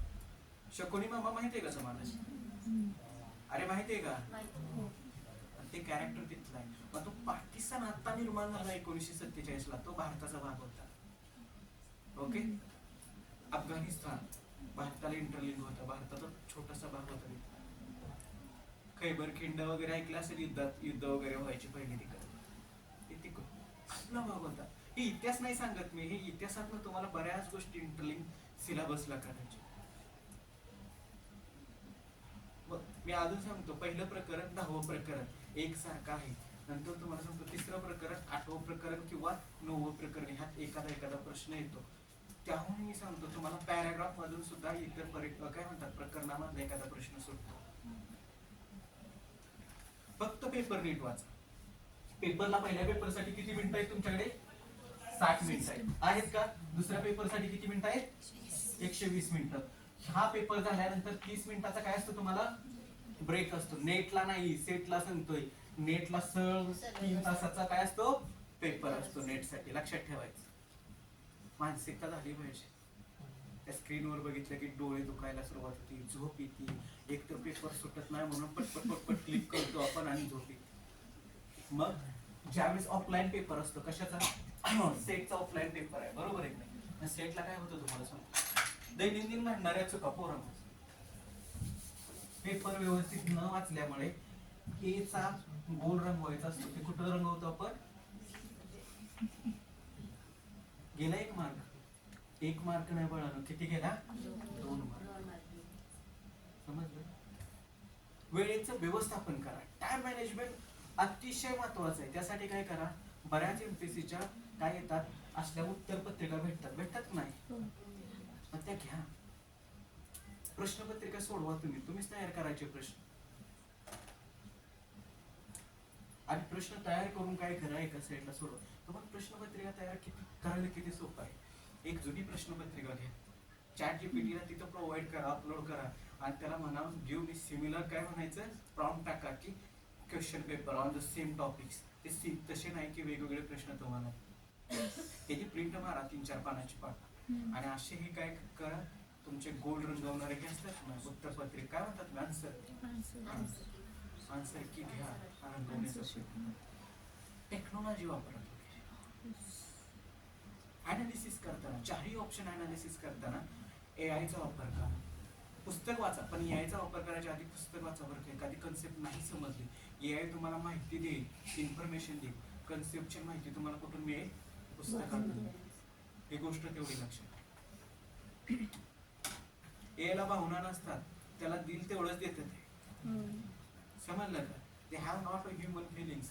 आता तुम्ही म्हणता सर पुस्तकाचा ह्युमन फिलिंगचा काय संबंध? पण लेखकाने ज्यावेळेस लिहिलेलं असतं त्यावेळेस तुमचा माझा विचार करून 4 जणांचा विचार करून लिहिलेलं असतं. एआयला दिलेला प्रॉम्प्ट फक्त तेवढंच काम करतं. त्यात पण खाली लिहिलेलं असतं chat GPT can be mistake.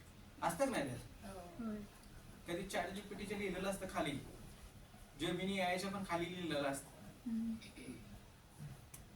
So cross check always data, everything you are the getting. Next slide. आता मुक्त विद्यापीठ लिहून घेतले का भारतातील मुक्त विद्यापीठांची?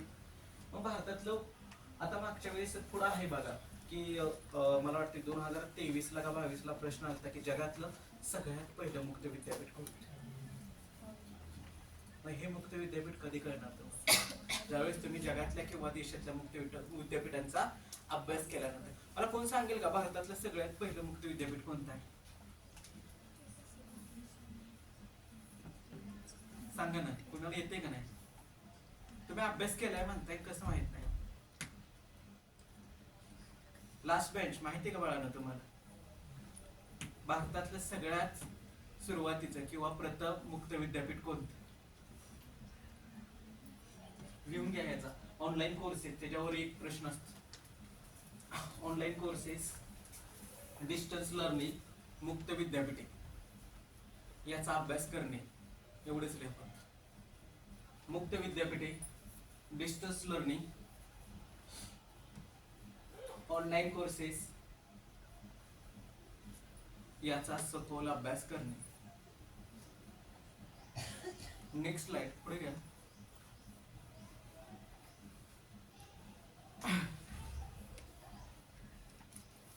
बघा, भारतीय शिक्षण प्रणालीमध्ये फक्त आर्ट, कॉमर्स, सायन्स ह्या शाखा आहेत का? व्यावसायिक शिक्षण म्हणजे काय? ज्यातून तुम्हाला काय मिळतो बाळांनो? व्यवसाय मिळतो, रोजगार मिळतो आणि लोकांच्या दैनंदिन गरजा भागतात. लोकांच्या म्हणजे कोणाच्या पॉप्युलेशनच्या कोणाच्या म्हणजे सिटिझनशिपच्या, जे तुमच्या आमच्या शेजारी जे वाढलेले असतात राहतात त्यांना आपण काय म्हणतो? पॉप्युलेशन म्हणतो. मग काय डॉक्टर काय करतो? डॉक्टर पैसा घेतो का सेवा देतो?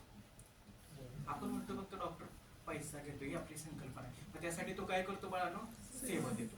शिक्षक काय करतो? तुम्हाला शिकवतो. काय करतो? सेवा देतो. वकील काय करतो? तुमचे केस लढवतो, तुमच्या काय अडचणी असतात त्या मिटवण्याचं काय करतो बाळांनो? प्रयत्न करतो. याला काय म्हणायचं? कुठलं शिक्षण म्हणायचं? व्यावसायिक. मी व्यावसायिक शिक्षणासाठी कुठला डिग्री आहे? मग डॉक्टर व्हायचं असेल तर डॉक्टर आर्ट्स न होतंय का रे? मग कुठला कोर्स करावा लागेल? काय MBBS, अजून काय? BH? ओके. मग मला लॉ करायचं असेल, लॉ केल्यानंतर मी काय होईल? आणि LLM केल्यानंतर? अरे लॉ केल्यानंतर काय होईल? LLB केल्यानंतर काय होईल? मी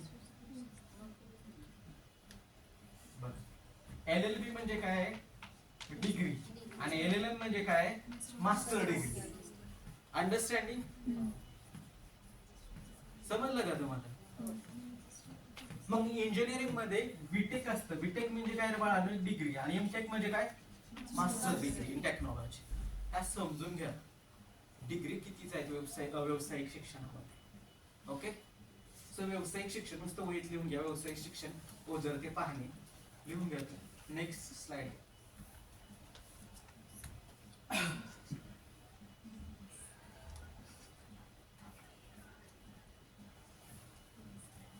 बघा काय तांत्रिक शिक्षण आता शिकवलं ते. तांत्रिक शिक्षणावर एक नियंत्रण ठेवणारी संस्था आहे. ह्या AICTE आहे ना. 2 प्रश्न येऊन गेलेले ते स्थापना कशी झाली आणि कशासाठी AICTE. मग AICTE काय करते, रेग्युलेशन कशाचं करते, प्रश्न ह्याच्यावरच असतात. हे वैशिष्ट्य बघा, उद्देश कशाचं, तिथं मुख्यालय कुठे, हे कुठे. त्यानंतर काय स्किल इंडिया. स्किल इंडियाची सुरुवात भारतामध्ये कधी झाली माहिती आहे का आपल्याला? अरे स्किल इंडियाची सुरुवात कधी झाली?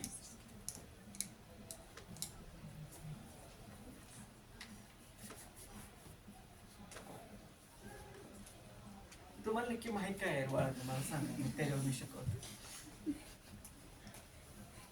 अरे be frankly asking this question, you know something, you can tell me. I will be teaching the specific the topic. काय माहिती आहे तुम्हाला? काहीच नाही. लिहून घ्या, एवढं पटकन लिहून घ्या.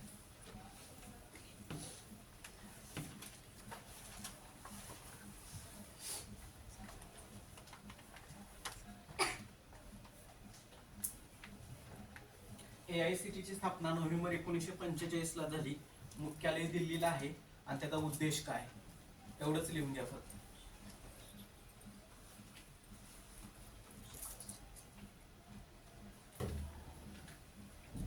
स्किल इंडिया कधी निर्माण झालं, कधी स्थापना झाली? भारत सरकार स्किल इंडिया डे सेलिब्रेट करतो. हे तुम्ही शोधा. कोणत्या वर्षी स्थापना झाली हे तुम्ही शोधा.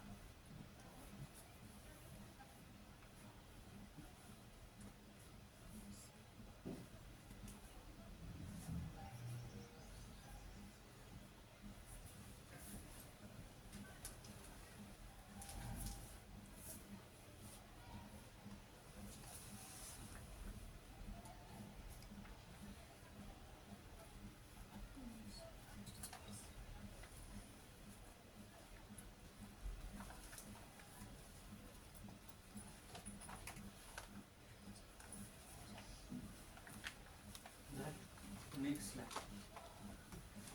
पुढे घ्या पुढे. ओके, तुम्हाला ह्यावरती धोरणे, प्रशासन व काय म्हणतात पॉलिसी. मग कोण धोरण ठरवतं? शिक्षण प्रणालीचं. एखादा नवीन कायदा येतो बघा मुलींसाठी, व्यावसायिक शिक्षणाच्या मुलींसाठी. म्हणजे काय, इंजिनिअरिंगच्या मुलींची फी माफ झाली माहितीये का तुम्हाला, व्यावसायिक शिक्षण करणार. मग हा कायदा कोण आणतो? ते प्रशासन ठरवतं. मग हा कायदा आपण तुम्ही म्हणता बघा GR आला, ऐकलंय कधी? मग शिक्षण क्षेत्रातला GR कोण काढतं? ही धोरणं कोण ठरवतं? ह्याच्यावर शासन कोण करतं? यावरती एक प्रश्न असतो तुम्हाला. मग बरेच शासन असतं. मग आता मला सांगा, विद्यापीठाचा प्रमुख कोण असतं? शासन निर्माण करणारा, शासन चालवणारा. ह्याच्यावर अनेकदा प्रश्न आलाय. 2015च्या आधी बऱ्याचदा प्रश्न आलाय. कोण असतो विद्यापीठाचा प्रमुख? कोण असतो रे? कुलगुरू असतो की नाही बाळांनो? मग प्रशासन कोण चालवतं? रजिस्ट्रार म्हणजे काय? यावरती बऱ्याच गोष्टी तुम्हाला माहित पाहिजे. मग कॉलेजचं प्रमुख कोण असतात? प्राचार्य असतात. तसेच विद्यापीठाचं कोण असतात? कुलगुरू असतात. ओके, ह्या गोष्टी समजून घ्या. अंमलबजावणी कशी करायची प्रशासनाची? NEP धोरणं म्हणजे काय? नवीन नवीन गोष्टी कशा येतात? आता तुम्हाला माहित नसेल तर सांगतो. 28 फेब्रुवारी 2025 चा एक UGCचा GR आहे. तुमच्यापर्यंत पोहोचला. आय डोंट नो, तुम्ही भावी प्राध्यापक होणार आहे म्हणून सांगतो. तर त्यात त्यांनी 9 मुद्दे दिले. 9 मुद्दे. सेटनेट असावं त्याचं काय नाही, सेटनेट ही पात्रता आहे. मग त्याचबरोबर तुम्हाला काय पाहिजे? भारतीय नॉलेज पाहिजे. भारतीय ज्ञान परंपरे म्हणजे ऐक्याचं नॉलेज पाहिजे. भारतीय एक भाषा यायला पाहिजे शिकवता, इंग्लिश सोडून. 22 भाषा माहिती आहेत ना घटनेने दिलेल्या. त्याचबरोबर तुम्हाला टीचिंग पॅडॉलॉजीमध्ये अशा 9 मुद्दे दिले. तुम्हाला सेट नेट असून ह्या बऱ्याच गोष्टी यायला पाहिजे. तो GR तुम्हाला पाहिजे असेल तर मी पाठवतो. अजून अंमलात नाही आला. जर भविष्यात अंमलात आला तर बरेच प्राध्यापक त्यातून बाहेर पडतील. त्यात आहे CEP, कम्युनिटी एंगेजमेंट प्रोग्राम. म्हणजे प्राध्यापक म्हणून तुम्ही समाजासाठी काय केलं. सिलेक्शन आधी सांगतोय, झाल्यानंतर नाही. सिलेक्शन ज्यावेळेस होणार आहे तेव्हा कम्युनिटी एंगेजमेंट प्रोग्राम. ही पॉलिसी कोण आणतं बाळांनो, तर आपल्यामध्ये UGC आणते. बरोबर आहे की नाही. का तर UGC काय करते, त्यांच्यावर नियंत्रण ठेवते व त्यांना काय करते, फंड पुरवते सगळ्या विद्यापीठांना. अंडरस्टँडिंग. एक निर्णायक संस्था आहे. म्हणजे पॉलिसी कसे, धोरणं कसं, गव्हर्नमेंट कसं, मिनिस्ट्री ऑफ एज्युकेशन ह्या सगळ्यांवर सगळ्यात नंतर नियंत्रण कोणाचं असतं, ministry of education. Okay, next slide. आता बघा रेग्युलेटरी बॉडीज. UGC काय करते, विद्यापीठांना मान्यता देते, निधी देते, गुणवत्ता राखणे. ओके, तुम्ही आता बघितलं AICT काय आहे, त्या तांत्रिक शिक्षणाचे नियमन, व्यवस्थापन शिक्षणाचे नियमन, विकास संस्थांचा नॅक ऐकलंय का बाळांनो तुम्ही. असतं बघा नॅक अक्रेडिटेशन, तुमच्या कॉलेजच्या तिथे लिहिलेलं असतं. नॅकचं एक ऑफिस आहे, IQAC आहे का बाळांनो, आहे का नाही. बघा मग हायर एज्युकेशनचे प्रश्न कॉलेजमध्ये शिकत असताना तुमच्या प्रश्नपत्रिकेमध्ये किती प्रश्न विचारले जातात. हायर एज्युकेशनवर 5 प्रश्न, त्यातले 2 ते 3 प्रश्न बारकाईने जर कॉलेज अख्खं बघितलं तर सुटतील का रे. येस का नो. ह्या बारकाईच्या गोष्ट, हा रुसावर प्रश्न विचारला ना, त्यावेळेस मी 5 झालो त्यावेळेस. आणि त्यावेळेस सारखं वाटायचं का नाही मी त्यावेळेला लक्ष दिलं, दुर्लक्ष करून जातो. प्रत्येक गोष्ट शिकवते कॉलेजमध्ये. IQAC पण नॅक आहे. नॅक मधून काय होतं तर कॉलेजला काय दिलं जातं बाळांनो, नॅक मधून मूल्यांकन दिलं जातं, कॉलेजची गुणवत्ता तपासली जाते. बरोबर आहे. प्रत्येक गोष्ट कॉलेजमध्ये शिकवतात. शाखा आहेत निर्णायक संस्था, लिहून घ्या फक्त. नियामक संस्था आणि त्या वेगवेगळ्या संस्था आहेत त्याचा अभ्यास करणे. नियामक संस्था. Next slide madam. Okay, we are going to next part to this lectures. Very interesting part. You are the understanding what is the previous year's the questions related to this topic in the higher education. Next slide, ma'am. This is the बघा 46वा प्रश्न 2025 ला झालाय ना paper, झाला की मार्च मध्ये झाला तो ना. ओके, त्या प्रश्नपत्रिकेमधला पहिला प्रश्न आहे. म्हणून मी तुम्हाला म्हटलं त्यावेळेस कुठला गव्हर्नर होता, म्हटलं का नाही तुम्हाला सत्तेवर. आता बघा लॉर्ड कोण आहे, तर कर्ज नाही का पेंटिंग आहे, कर्ज. काय विचारलाय प्रश्न. आता प्रश्न दिलाय बघा, ब्रिटिश काळामध्ये भारतीय शिक्षणाच्या विकासासाठी लॉर्ड कर्झनने काय कुठली समिती आयोजित केली, म्हणजे समिती संमेलन काय आयोजित केलं होतं. 4 ऑप्शन दिले तुम्हाला. काय आहे त्याचं उत्तर, तर शिमला संमेलन. हे 4 ऑप्शन आहे. बरं बाबा बॉम्बे संमेलन होतं का नाही हे तुम्ही अभ्यासायचं. बघा आता शिमलावर प्रश्न विचारून झालाय, पुढच्या वेळेस सेटवाले काय करणार, हे 4 मधला कुठला तरी विचारणार, एखादा ऑप्शन घेणार, त्यावरून काय करणार, they created a new questions. Try to understanding how to making the questions from them side. They actually excepted from the काय म्हणतात MPSC or UGC style asking the question in the examinations. Similar झाले प्रश्न विचारून. मागच्या 8, 9, 10 वर्षात एवढ्या परीक्षा झाल्या, किती वेळ विचारणार आहे. आणि त्यांनाही माहिती आहे पोरं हुशार झालेत, मागच्या प्रश्नपत्रिका वाचून जातात, तेच प्रश्न विचारले की तुम्हाला मार्क मिळून जातो. Trying to know asking the questions. Okay, एकदा शांत वाचा सगळ्यांनी प्रश्न बघा.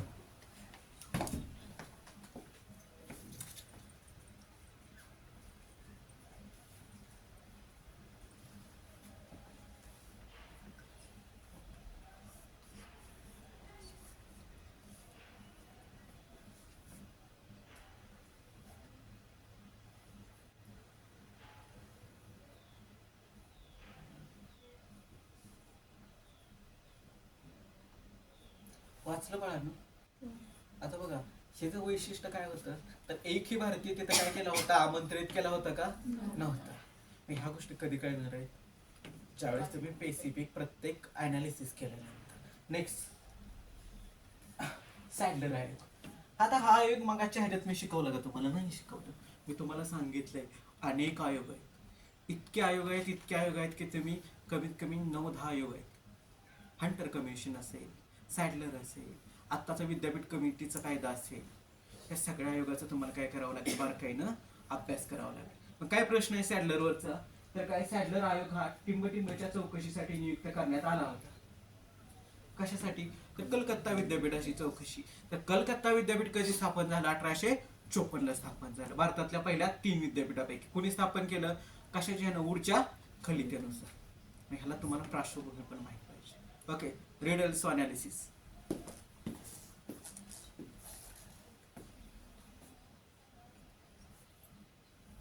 बघा, प्रश्नपत्रिकाचा अभ्यास करताना तुम्ही कसं केलं पाहिजे, त्याची स्थापना कधी झाली आयोगाची, आयोगाने कुठल्या शिफारसी सुचवल्या, ह्या सुद्धा तुम्ही डेटा कलेक्ट केला पाहिजे. ओके, बाळांनो पीपीटी देणार आहे तुम्हाला, मी ग्रुपवर टाकतो तुमच्या. ओके, टेलिग्रामच्या, काय हरकत. Next slide. बौद्ध शिक्षण परंपरेत गुरु बनण्यासाठी खालील श्रेणीतून जावं लागत असे. आता मला सांगा, शिष्य काय लिहिले रे मला? प्रवीण ना? प्रवीण पंडित, ब्रह्मचारी पंडित उपाध्याय. ऑब्विसली पंडित जिथं आहे तिथं येणार का रे बौद्ध शिक्षण प्रणाली? नाही. पंडित कुठे येणार? वैदिक शिक्षण प्रणालीमध्ये येणार. समजलं का नाही बाळांनो तुम्हाला? आता तिथे जर असतं मौलाना वगैरे, तर ती कुठल्या शिक्षण प्रणालीमध्ये आले असते? मुस्लिम. मग तुम्ही प्रश्नपत्रिकेला प्रश्नाला टॅकल कसं करायचं, म्हणजे ऑप्शन गाळायचे कसे आणि त्यातनं बरोबर ऑप्शन कसा निर्माण करायचा. पहिल्यात पंडित आहे, विषय ड्रॉप. दुसऱ्यात काय आहे? पुन्हा ब्रह्मचारी पंडित, तो पण नाहीये. तिसऱ्यात पुन्हा पंडित आहे. मग आपले हे 3 ऑप्शन नाहीत. मग माझा ऑप्शन कुठला असेल बाळांनो? ओके, कळालं? पण प्रत्येक वेळेस असं उत्तर बरोबर येतं का? तर नाहीये. त्यासाठी तुम्हाला थोडासा सेन्स वापरावा लागतो. पण ह्या गोष्टीनं पुढे पुढे जाण्याचा प्रयत्न करा. Elimination of the options. Elimination कसं करायचं? नको असलेला ऑप्शन कसा गाळून टाकायचा. मग राहिलेल्या 2 मध्ये कोण बनेगा करोडपती मध्ये असतं का नाही? 2 ऑप्शन काढून टाकतात आणि दोन्हीपैकी चूज करायचं. तिथं पैसे मिळतात, इथं तुमचं भविष्य घडतं. So be careful about it. Try to elimination powers in the examination. Understanding? The next question. वैदिक शिक्षण, उपनिषद. वैदिक शिक्षण परंपरेत उपनिषद या शब्दाचा अर्थ होतो. काय होतं? गुरुजवळ बसून शिकणे. पहिल्या स्लाइडला होतं का नाही? सगळे शिष्य ऐकीबंद सम एक्झाम्पल. कुठे? कौरव आणि पांडव कोणापाशी बसून शिक्षण घेत असते? द्रोणाचार्यांभोवती. आठवते का तुम्हाला? आमच्या वेळेस छान छान गोष्टीचं एक पुस्तक यायचं, त्यात होतं की भीमाला नदीत टाकलं जातं कौरवांकडून. मग ते कुठे? ज्यावेळेस ते आश्रमात शिक्षण घेत असते. मग आश्रमात शिक्षण घ्यायला वय किती असावा हा पण प्रश्न आहे. तर 12 वर्ष असावे. हे कळणार कधी? पुन्हा एकदा सांगतो, वाचाल तर वाचाल. Next question. जैन शिक्षण प्रणाली. जैनवादी शिक्षण परंपरेनुसार अध्ययनाची पहिली पद्धत काय होती? बघा, प्रश्न विचारणाऱ्यांनी प्रश्नपत्रिकेमध्ये ह्यावेळेस फक्त पुरातन प्रश्न घेतले, सगळे पुरातन प्रश्न घेतले. नवीन प्रश्न घेतलेत का? नाही. बघा, कधी कधी असंही होतं, पण तुम्हाला अभ्यास करताना सगळं मिक्स करायचंय. एखाद्या वेळेस सगळे प्रश्न मिक्स असतात. नेक्स्ट घ्या. पर्यावरण शिक्षण हे 2024 ची प्रश्नपत्रिका आहे. पर्यावरण शिक्षण हे फक्त जाणीव जागृती नव्हे व ज्ञान नव्हे, तर त्यामध्ये टिंबटिंबचा विकास ही अभिप्रेत आहे. काय हे सांगा बरं? सखोल ज्ञान, सैद्धांतिक ज्ञान, योग्य अभिवृत्ती, योग्य संकल्पना. तर शिक्षण अभिवृत्तीमध्ये तुम्ही शिकला असेल पहिल्या चॅप्टर मध्ये. अभिवृत्ती म्हणजे काय? की आवड निर्माण होणे, बरोबर आहे की नाही? अभिरुची, अभिवृत्ती शिकलाय का? विद्यार्थ्यामध्ये कशी अभिवृत्ती निर्माण करावी. मास्तर शिकवत असेल त्या प्रत्येक गोष्टी शिक्षकाला काय विद्यार्थ्याला कळत नाही. आता मी जर शिकवत असलो तरी काय जण बोलतात, काय जण मोबाईलवर असतात, म्हणजे हे होतच. प्रत्येक विद्यार्थ्याचं लक्ष लागेल असं आहे का? नाहीये. ही अभिवृत्ती कशी? म्हणजे पर्यावरण शिक्षण लोकांना नुसतं ज्ञान देऊन चालणार आहे का? तर लोकांच्या मनात काय पाहिजे बाळांनो? ठासलं पाहिजे. ह्यावरती प्रश्न असतात. काय विश्लेषण? ज्ञान, अभिवृत्ती, ऍटिट्यूड. ओके, पुढे घ्या. भारतीय शिक्षण व्यवस्थेचे सामान्यतः खालील विभाग केले जातात. आता यात ऑप्शन दिले नाहीयेत, ऑप्शन गाळलेले आहेत, त्यामुळे समजून घ्या. बरेच हे होते. नेक्स्ट घ्या. पाठीमागे घ्या, पाठीमागे थोडस बघा. विश्लेषण मध्ये समजून घ्या कुठले कुठले आहेत. भारतीय शिक्षणाचा कालखंड. सर्वात पहिल्यांदा कुठला येतो? वैदिक. नंतर कुठला येतो? बौद्ध. थर्डला कुठला येतो? जैन. नंतर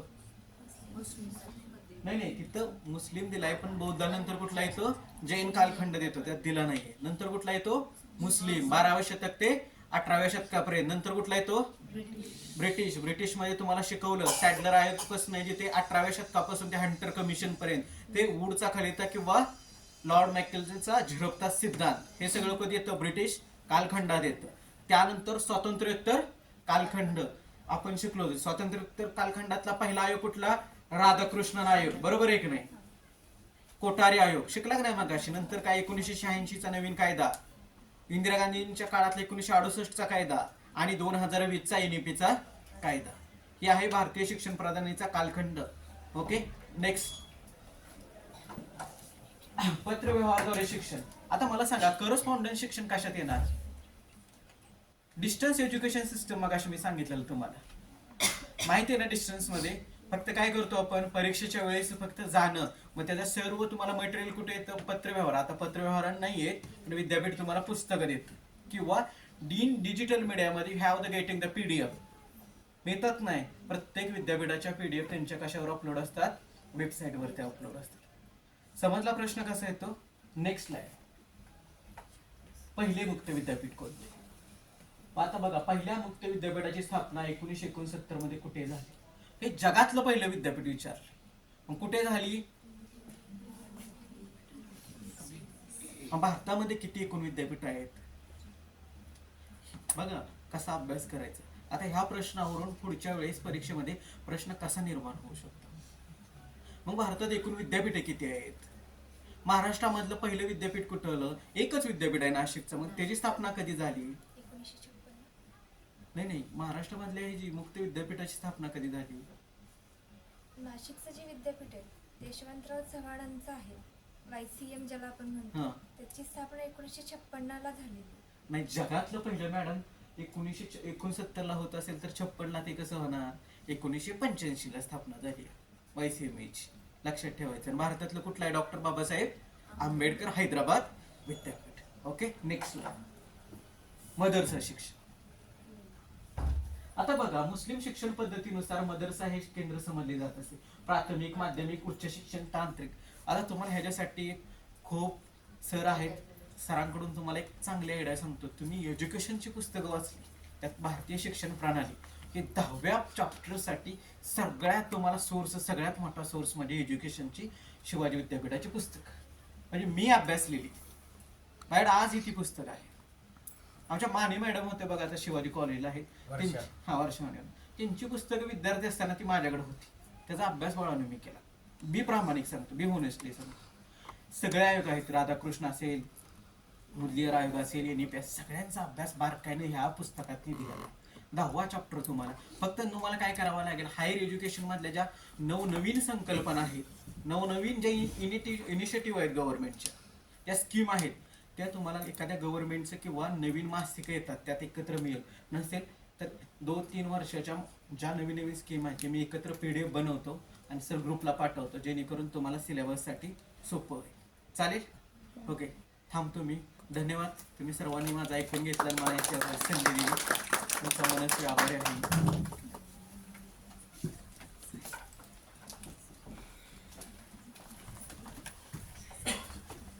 कुणाला पुस्तक हवं असेल तर त्यांनी लिहिलं तरी चालेल. किती? 225 किंमत आहे. हा, 225 किंमत आहे. पुस्तक पण घेणं असलं घ्यायला हरकत नाही. निराली प्रकाशनचं आहे, म्हणजे लेखक तर आपल्या समोरच आहे, पण निराली प्रकाशन हे एक हे आहे, काय ब्रँड आहे ह्या क्षेत्रातला, स्पर्धा परीक्षा क्षेत्रातला. आपल्याकडे के सागर वगैरे आहेत ना, तुम्ही दायमा वगैरे म्हणता, हे नवीन बाळ आहे त्यांच्या एवढे जुने.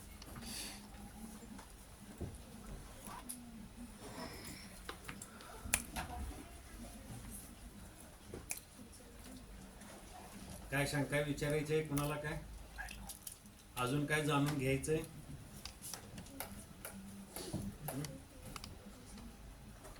ओके, कोण येते आता पुढे? आणि कुणाला प्रश्न असतील काही प्रश्न विचारा विचारा, परीक्षेबद्दल, काही जर तुम्हाला वाटत असेल. आता कुठल्या बी चॅप्टर साठी सर उपलब्ध आहे. ही एक सर त्या बऱ्यापैकी इकडे GS चा पार्ट येतो का त्याच्यामध्ये? हा, GS चा येतो, पण आपला सिलेबस जरी जीएच्या रिलेटेड 10-12 प्रश्न होतात, आपला पेसिफिक येतो, आपला अभिवृत्ती, शिक्षण अभिवृत्ती असेल किंवा टीचिंग ऍप्टिट्यूड असेल, आपल्या सिलेबसमध्ये तुम्हाला जीकेचे प्रश्न कुठे गावतात, 8वा 9वा 10वा चॅप्टर सांगितला ना, त्यामध्ये करंटचे प्रश्न गावतात.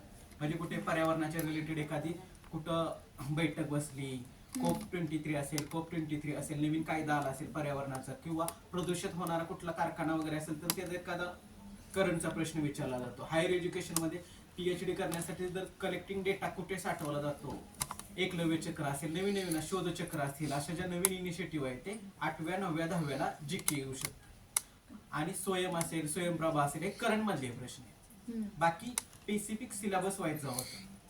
त्याला वास्ट आहे. त्याला आता म्हटले तुम्ही तुमची चूक पहिली सांगतो, तुम्ही बळी पडता आणि आम्ही त्याचा प्रोपगंडा करत नाही. आता वर्षा मॅडमचं नाव, वर्षा माझे असिस्टंट आहे, म्हणजे आता खाली काम केले 3-4 वर्ष, आणि आम्ही चांगले मित्र बी आहे, वेल कनेक्टेड आहे.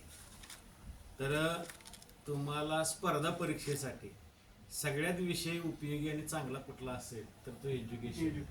आणि त्याचा कधीही प्रचार करत नाही. तुम्हाला FYला हे डोक्यात घातलेलं असतं, काय पॉलिटिक्स घ्या, जॉग्राफी घ्या, इकॉनॉमिक्स घ्या, स्पर्धा परीक्षेला लय उपयोगी पडतं. आता हेच पेपर MPSCला असतात. आता ह्यात किती आले सांगा तुमच्यात, पॉलिटिक्स हे काय, फक्त हे 2-4 प्रश्न ह्या आता 3-4 ह्याच्या झाले, 3 टॉपिक शेवटचे. हे मी सांगतो तुम्हाला नाव ही आजचं हायर एज्युकेशन सिस्टीम, त्यानंतर पीपल डेव्हलपमेंट अँड एन्व्हायरमेंट, आणि आधीचा कुठला होता तो त्याच्या आधीचा. हे ते 2-3 याच्यामध्ये नाही तर त्यांचं विषयाचं जरा करंट येतं म्हणून वाटतं पॉलिटिक्सचा आहे म्हणून. ह्याच्यातला कुठला कायदा झाला पास त्याचं पॉलिटिक्सचा आहे वाटतं. नाही तर एखाद्या ह्याला नाही तर आता सांगितलं की मदरसा पहिली कधी सुरू झाली, तुम्ही म्हणणार की हिस्ट्रीला आलते, हिस्ट्रीमध्ये मोडतंय, कोण म्हणणार सोशॉलॉजीत येते. ते आहे एज्युकेशनचं. जसं त्यानं सांगितलं सरने की 69ला पहिलं जगात झालं तर ते 56ला असणारच नाही. 85चं सरने सांगितलं YCMOUचं, त्यानंतर बाबासाहेब आंबेडकर हैदराबादचं, आंध्रचं. तर हे तुम्हाला आमच्या याच्यामध्ये येऊन जातं वाचा. आणि काही गोष्टी तुम्हाला मी सांगतो की कुठल्या पुस्तकात मिळत त्याच्यापेक्षा तुम्हाला या संदर्भात जी पुस्तकं मिळतात ती तुम्ही पहिला वाचायला सुरू करा. आपलं वाचन कमी आणि अपेक्षा मोठ्या असं जरा चित्र आहे, तसं ते व्हायला नको. त्यामुळे एक परिपूर्ण आम्ही अन्नदाते सरना पण बोलवलं होतं व्याख्यानासाठी प्रमुख पाहुणा म्हणून. त्यांची 50 पुस्तक आहेत, के सागरसाठी लिहितात, पण निरालेसाठी प्रकाशित होणं हे त्याला क्वालिटीच लागते. त्यामुळं आणि 10 मला वाटतं 10 का 14 पेपर सोडवलेले आहेत त्याच्यामध्ये, सर्व याचे सर्व टॉपिकचे, फक्त हा टॉपिक नाही पहिल्या पेपरच. म्हणजे पहिल्या पेपरला कुठलं तुम्ही प्रिफर करत असाल तर ते हे पुस्तक असाल. चला आणखी काय ते करेक्शन करा. 1989ला YCM आणि 1985ला इग्नो असल्यामुळं इग्नो गेलं, पण 1989ला लेट, 1985ला इग्नो. 89ला YCMOU स्थापन झालं. 92चा मी विद्यार्थी आहे. लगेच YCMOU BEdचा विद्यार्थी आहे, पहिल्याच बॅचचा. चालू झालं ते लगेच त्याचा विद्यार्थी. आणि ते DSM निघाला त्याची आमची बायको पहिली विद्यार्थी. म्हणजे नाद पाहिजे, काही बी करायचं ना तर आम्ही काय करतो, नोटीस आली का अर्ज करायची, आली. पहिला काय प्रश्न असतो तुमचा माहितीये का, काय असतो सांगू, लास्ट डेट किती आहे. आम्ही लास्ट वरच मरतो. आम्ही काय म्हणतो पहिलं कधी आहे तिथं आम्ही. म्हणून मी पहिला काय म्हटलो, YCMOUच्या पहिल्या बॅचचा मी विद्यार्थी, आमची बायको पण पहिल्या बॅचची विद्यार्थी. शेवटची विचारायची भानगडच नाही. पहिलंच पकडल्यावर शेवटी कशाला पाहिजे. आम्ही मुळातच आमचं टार्गेट कट ऑफ कितीला आहे, काय वरचं मार्क काढायला नको म्हणतात. 200 पैकी 199, 200च्या 200 पाडणार आहे. कशाला कट ऑफ बघायला लागते. आणि म्हणणार 167ला कट ऑफ आहे, मग मी 156 पर्यंत गेलो, 7 मार्क जर राहिले आणि ते पुढच्या वेळी नाही तर 190 वर गेल्यावर काय करणार, तुम्ही काय नाचवणार आहे ते 56 काय उपयोग नाही. तुम्ही देवाला लय डोकं नाही, अक्कल नाही, ते नुसतं तथास्तु म्हणते. तुम्ही मागणंच बेकार्यागत असेल देव म्हणणार तथास्तु, तेवढंच घ्या आणि काय. तुम्ही सर मी का 10 वेळा सांगितलं मी मगाशी बोलताना, 2 वर्षातली अचिव्हमेंट आहे सरांची. बायोडाटाच तुम्ही अभ्यास करा. हे हायर एज्युकेशन मुलं ते बायोडाटा 2 वर्षात सरने काय करायचं असतं माणसानं तेवढं. म्हणजे BA झाल्यानंतर उद्योगच चालू आहेत नुसतं. कशाचे पुस्तकं वाचायचं, परीक्षा द्यायची, अभ्यास करायचं. त्याला कॉक्रोच थिअरी म्हणते. सुंदर पिचाईचं कॉक्रोच थिअरी मीन्स व्हॉट. जरा टाका युट्यूब वेबसाईटला आणि वाचा इंटरनेटवर, की जोपर्यंत तुम्हाला आसरा सापडत नाही तोपर्यंत धडपडत राहायचं. आणि त्याच्यानंतर आयुष्यभर धडपडणारा का नाही, मग त्याला मरण नाही. मरावी परी कीर्तिरूपी वराय म्हणतो ना, त्याला मरण नाही. नाहीतर मग नोकरी लागल्यावर मरते. नोकरी लागली की नाही सगळं बंद, पुस्तक बंद, वाचन बंद, काय नाही. मग असल्या माणसाला नोकरीच लागत नाही. समजलं? धडपडत राहावा. ते हे धंदे सोडून द्या. लास्ट डेट किती आहे, कट ऑफ कितीला आहे, पुस्तक कुठं आहे आणि ते पेपर कुठे भेटतात, सगळं हातात आहे. सगळं हातात आहे. शोधा, काढा, वाचा. स्वयं एक नसतो सांगितलं. ओपन युनिव्हर्सिटी सगळे हिस्ट्री वाचायला ती काय माहिती मिळवू त्यातली अशी बघत बघत जावा. रीळ कसं, एक रीळ बघितली नाचतेली की सगळे नाचतेल्याच खाली येतात. कुठली बी गाणं असू तुम्ही बघतच बसताय. गाडीवर गर्दीत ट्रॅफिक मध्ये असलं तरी मी ते बघत असते. असं करत काय करायचं. मग ते नाद येऊ दे ना तुमचं. त्याच्यावर वेबसाईट काढा एक चांगली आणि बघत बसा. ठीक आहे. म्हणून ते सगळ्यांच्या मोबाईलला लॉक आहे. काय माहिती काय, ह्यांच्या भानगडी बाहेर पडणे काय बघते. खोटाय म्हणू दे, एक सुद्धा माणूस नाही अख्ख्या कॉलेजमध्ये लॉक नाही असं. नाहीतर तुमची हिस्ट्री ओपन होती. हिस्ट्री ओपन होऊ नये ह्याच्यासाठी काळजी आहे. अरे हिस्ट्रीच आपली ओपन पाहिजे, बाकीचं घेऊन काय करायचं. चला आणि कोण कोण आभार मानणार आहे. करू फिनिश.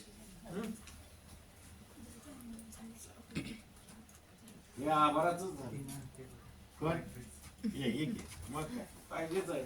तू बोललीस तर मी बोलणारच आहे, तसं सोडणार नाही. पण तुम्ही यावं का ही अपॉर्च्युनिटी आहे.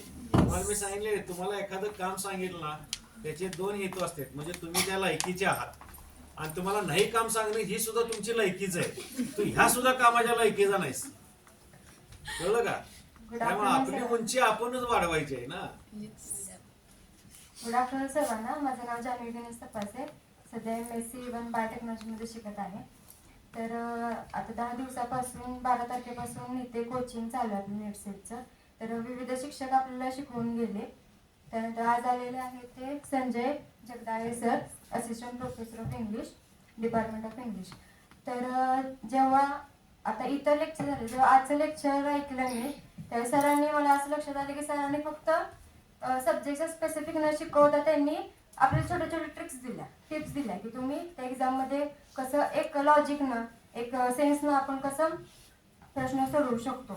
त्यानंतर त्यांचं व्यक्तिमत्व जेव्हा मी ऐकलं त्यावेळी खरंच मला असं वाटलं की माझं नशीब आहे की मी ह्या व्यक्तिमत्वाचं ज्ञान घेतले, की ह्यांनी किती डिग्र्या घेतल्यात वगैरे.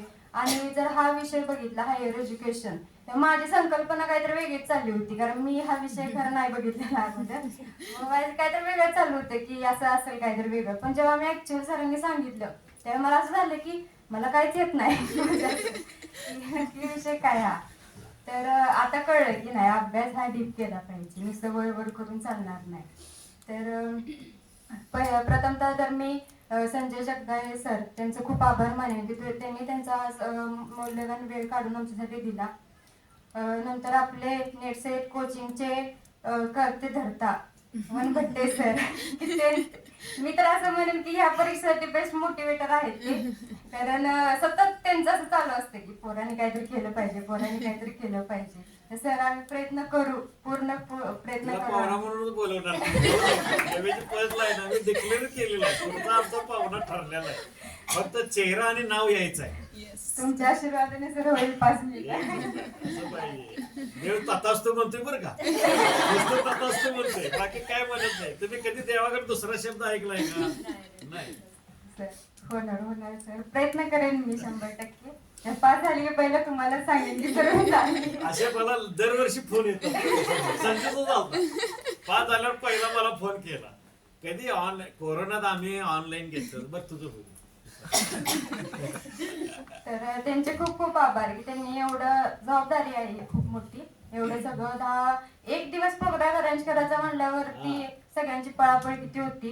कारण ज्यावेळी आम्ही आता ऍज अ स्टुडंट आपण पण इव्हेंट मॅनेज करतो, जसे की फ्रेशर असू दे, फेअरवेल असू दे, तर ते अनुभव आपण घेतो. मग सगळे तर 12-12 दिवस करतात, म्हणजे केवढी मोठी जबाबदारी आहे.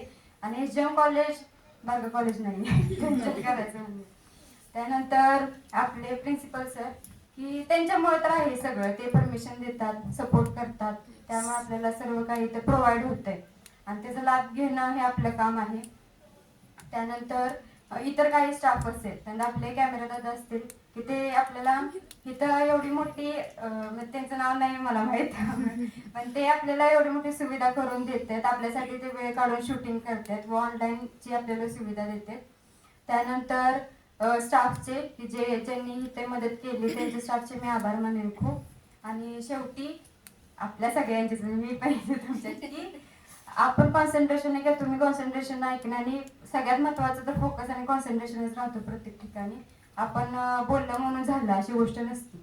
तर सर्वांचे मी आभार मानेन आणि माझे वक्तव्य संपवेन. थँक्यू. हिच्यासाठी जोरात काय लक्षात घ्या, संधी मिळणं गरजेचं आहे. ते तिनं म्हणजे ही संधी घेत जावा, भक्कम ध्यान पाहिजे. बघा, डोळं झाकून पाण्यात एका पायावर उभा असतो, पण मासा गावाला की सोडत नाही. कळलं का? तुम्हाला काम देणं आणि संधी घेणं, त्याचं कॅच करणं, ही त्याला योग्य वेळी योग्य गेअर टाकायला पाहिजे. टेकाला आले की पहिला गेअर टाकायला पाहिजे, हायवे आला की चौथ्या गेअरवर जायलाच पाहिजे. तर संधी मिळाली, खूप छान. तुझं नाव सांग बाळा जरा. स्वामी बुट. हा, जान्हवी तपास. ही स्वामी आहे, बीकॉमला आहे ना तू आता. त्यानं हे ते आवडीनं करतो तू. माझं काय काम असेल ते, माझे असलं काहीतरी गावठी असते, त्याला सांगितलं स्वामी असं करायचं आहे, ते तयार असतो आणि आनंदाने करतो. त्याला यावेळेशी तिनं पण साथ दिली. काय नाव तिचं? धनश्री शिंदे. धनश्री शिंदे. तेजस्विनी शिंदे. ती पण 3 दिवस चिटकून आहे, जॉग्राफीची आहे ती. तुमच्या सगळ्यांचे आभार पण तिनं मांडत कोणाच ठेवलेलं नाही. तुम्ही आम्ही इथं हॉल भरायला पाहिजे अशी कधी अपेक्षा ठेवत नाही. पहिल्या दिवशी तेवढी ठेवतो, सगळी गोळा करून ओढून आणतो, त्याला टेस्ट करायला लागते. पण आम्हाला माहिती आहे यातली गरजवंत इथं येतात आणि ती होतातच सक्सेस. इथं ही ऋतुजा आहे, युनिव्हर्सिटीला MA केले, इथं BCom BA झाल्या. मला एक वेळ युनिव्हर्सिटीत भेटली होती, मी आता हे सगळ्यांनी पार झालेली सांगतो. पण तिनं मला वाटून ओळखलं, तुम्ही एचजीएमचे सर आहे. मी म्हणतो मला काय एचजीएमची पोरगी म्हटली की एचजीएम नुसतं नाव घेतलं तरी समाधान वाटतं. ती यावर्षी आवर्जून आली. तिनं दोन्ही तुलना केल्या, कुठं कुठं ऐकली असेल तिथं काय ते. इथे एक मुलगी आहे, तुझं नाव सांग बरं. अर्चना ढवळीकर. तुझं जरा सांग की तुझ्याविषयी काय, जरा ऐकू दे की सगळ्यांना. मी विटामध्ये BA ये पुढे ये, पुढे पुढे. तुम्हाला माहित असू द्या पोरं कोण कुठले ते, तुम्हाला असं वाटतं. आणि आता विट्याला जायचं आहे, तुम्हाला कोणाला जायचं असलं तर यांच्याकडे. माझं नाव अर्चना ढवळीकर. मी MA इकॉनॉमिक्सला फर्स्ट इयरला. माझा गॅप 10 वर्षांचा होता, पण आवड होती मला शिक्षणाची आणि कायम असणार आहे. कारण शिक्षण हे थांबत नाही, जितकं घ्याल तितकं ते अप्रतिम आहे. फक्त आवड महत्वाची असते आणि ध्येय हे खूप महत्वाचं असतं. जे गाठीला खूप कष्ट घ्यावे लागतात, कारण कष्टाशिवाय कोणतंही यश हातात येत नाही. त्यासाठी तुम्हाला अभ्यास डीपमध्ये करावाच लागतो. आणि 10 वर्षानंतर माझं शिक्षण सुरू झालं. आवड होती, मी फक्त फर्स्ट इयर रेग्युलर केलं, ते पण फर्स्ट सेमिस्टर. बाकी अदर घरात बसूनच केले, पण A+ मध्ये माझी डिग्री आलेली आहे आणि अजून पुढे शिक्षण सुरू ठेवणार आहेत. तुम्हा सगळ्यांनाही शुभेच्छा खूप खूप की नेक्स्ट स्टेजमध्ये तुम्ही प्रयत्न करताय, तुम्हाला सक्सेस नक्कीच भेटेल. प्रयत्न मीही करते आणि पास होण्याचा पण प्रयत्न करेनच, कारण जबाबदारी आहे. घरातली एकच मोठी सून असल्यामुळे माझ्यावरती खूप जबाबदारी आहेत. त्यातून मी प्रयत्न करते आणि यशस्वी नक्की होईल हे तर 100% गॅरंटी सांगते. धन्यवाद. मोबाईल नाव कसला की असं असतं, महत्वाचे पॉईंट झाकून ठेवते ती. तिनं त्याला म्हटलं ते विट्यावरून ती येते रोज, हे माहित असू दे. एवढ्या याच्यामध्ये कॉलेजला रेग्युलर येत नाही, पण विट्यावर येते. तिला 2 मुलं आहेत. मी सांगितलं माझ्याकडे MCOMची एक पोरगी होती, BA ला 3 मुलं होती. तिला 15 वर्षाचा गॅप होता. 93 साली लग्न झालेलं, 3 मुलं, मुसलमानची होती. आणि 6 साली माझ्याकडे ती शिकायला होती, 5-6 साली, म्हणजे तेवढा 10-12 वर्षाचा गॅप. तेवढ्यातनं ती मुली बाळंतीण होती 21 दिवसाची, तरी कॉलेजला येत होती. तिला एवढं झापायचं मी, एवढं त्यावेळी जरा ताणात होतो. आणि आमचं मनासारखं चाललंय तोपर्यंत ठीक आहे, नाही चाललंय की काय होईल काय सांगता येत नाही. तिला एवढं झापायचं. ती आज M.Com, सेट, नेट, PhD आणि आता प्रोफेसर झाली अकोले कॉलेजला, अहिल्यानगर अकोलेमध्ये. का सांगतो मी तुम्हाला की तुम्ही रेग्युलर आहे ना पुरी, हे असं टपल्या मारतच BA MA M.Com करते. ह्यांनी बी तसंच केलेलं आहे. आणि पुढे गेले की लक्षात येतं हे लई गरजेचं आहे ना, ही पोरग्याला घेऊनच येते सर. काय हे करायला पाहिजे, करायला पाहिजे. कारण देव तथास्तुच म्हणतो. देव काय म्हणतो, एक प्रसन्न आहे, तुला काय पाहिजे ती मान. एक देवाजवळ एक दोघं देव प्रसन्न झाला, एक आंधळा होता आणि एक शिक्षक होता, विचारी प्राणी. ते म्हटले तुला पसंत आहे. 12वी नंतरचं हे आता 13 वर्षाचं शिक्षण आहे. मी आता रेग्युलर येण्याचं धडपड करते. 12वीच्या नंतर मी लॉला ऍडमिशन टाकलं होतं.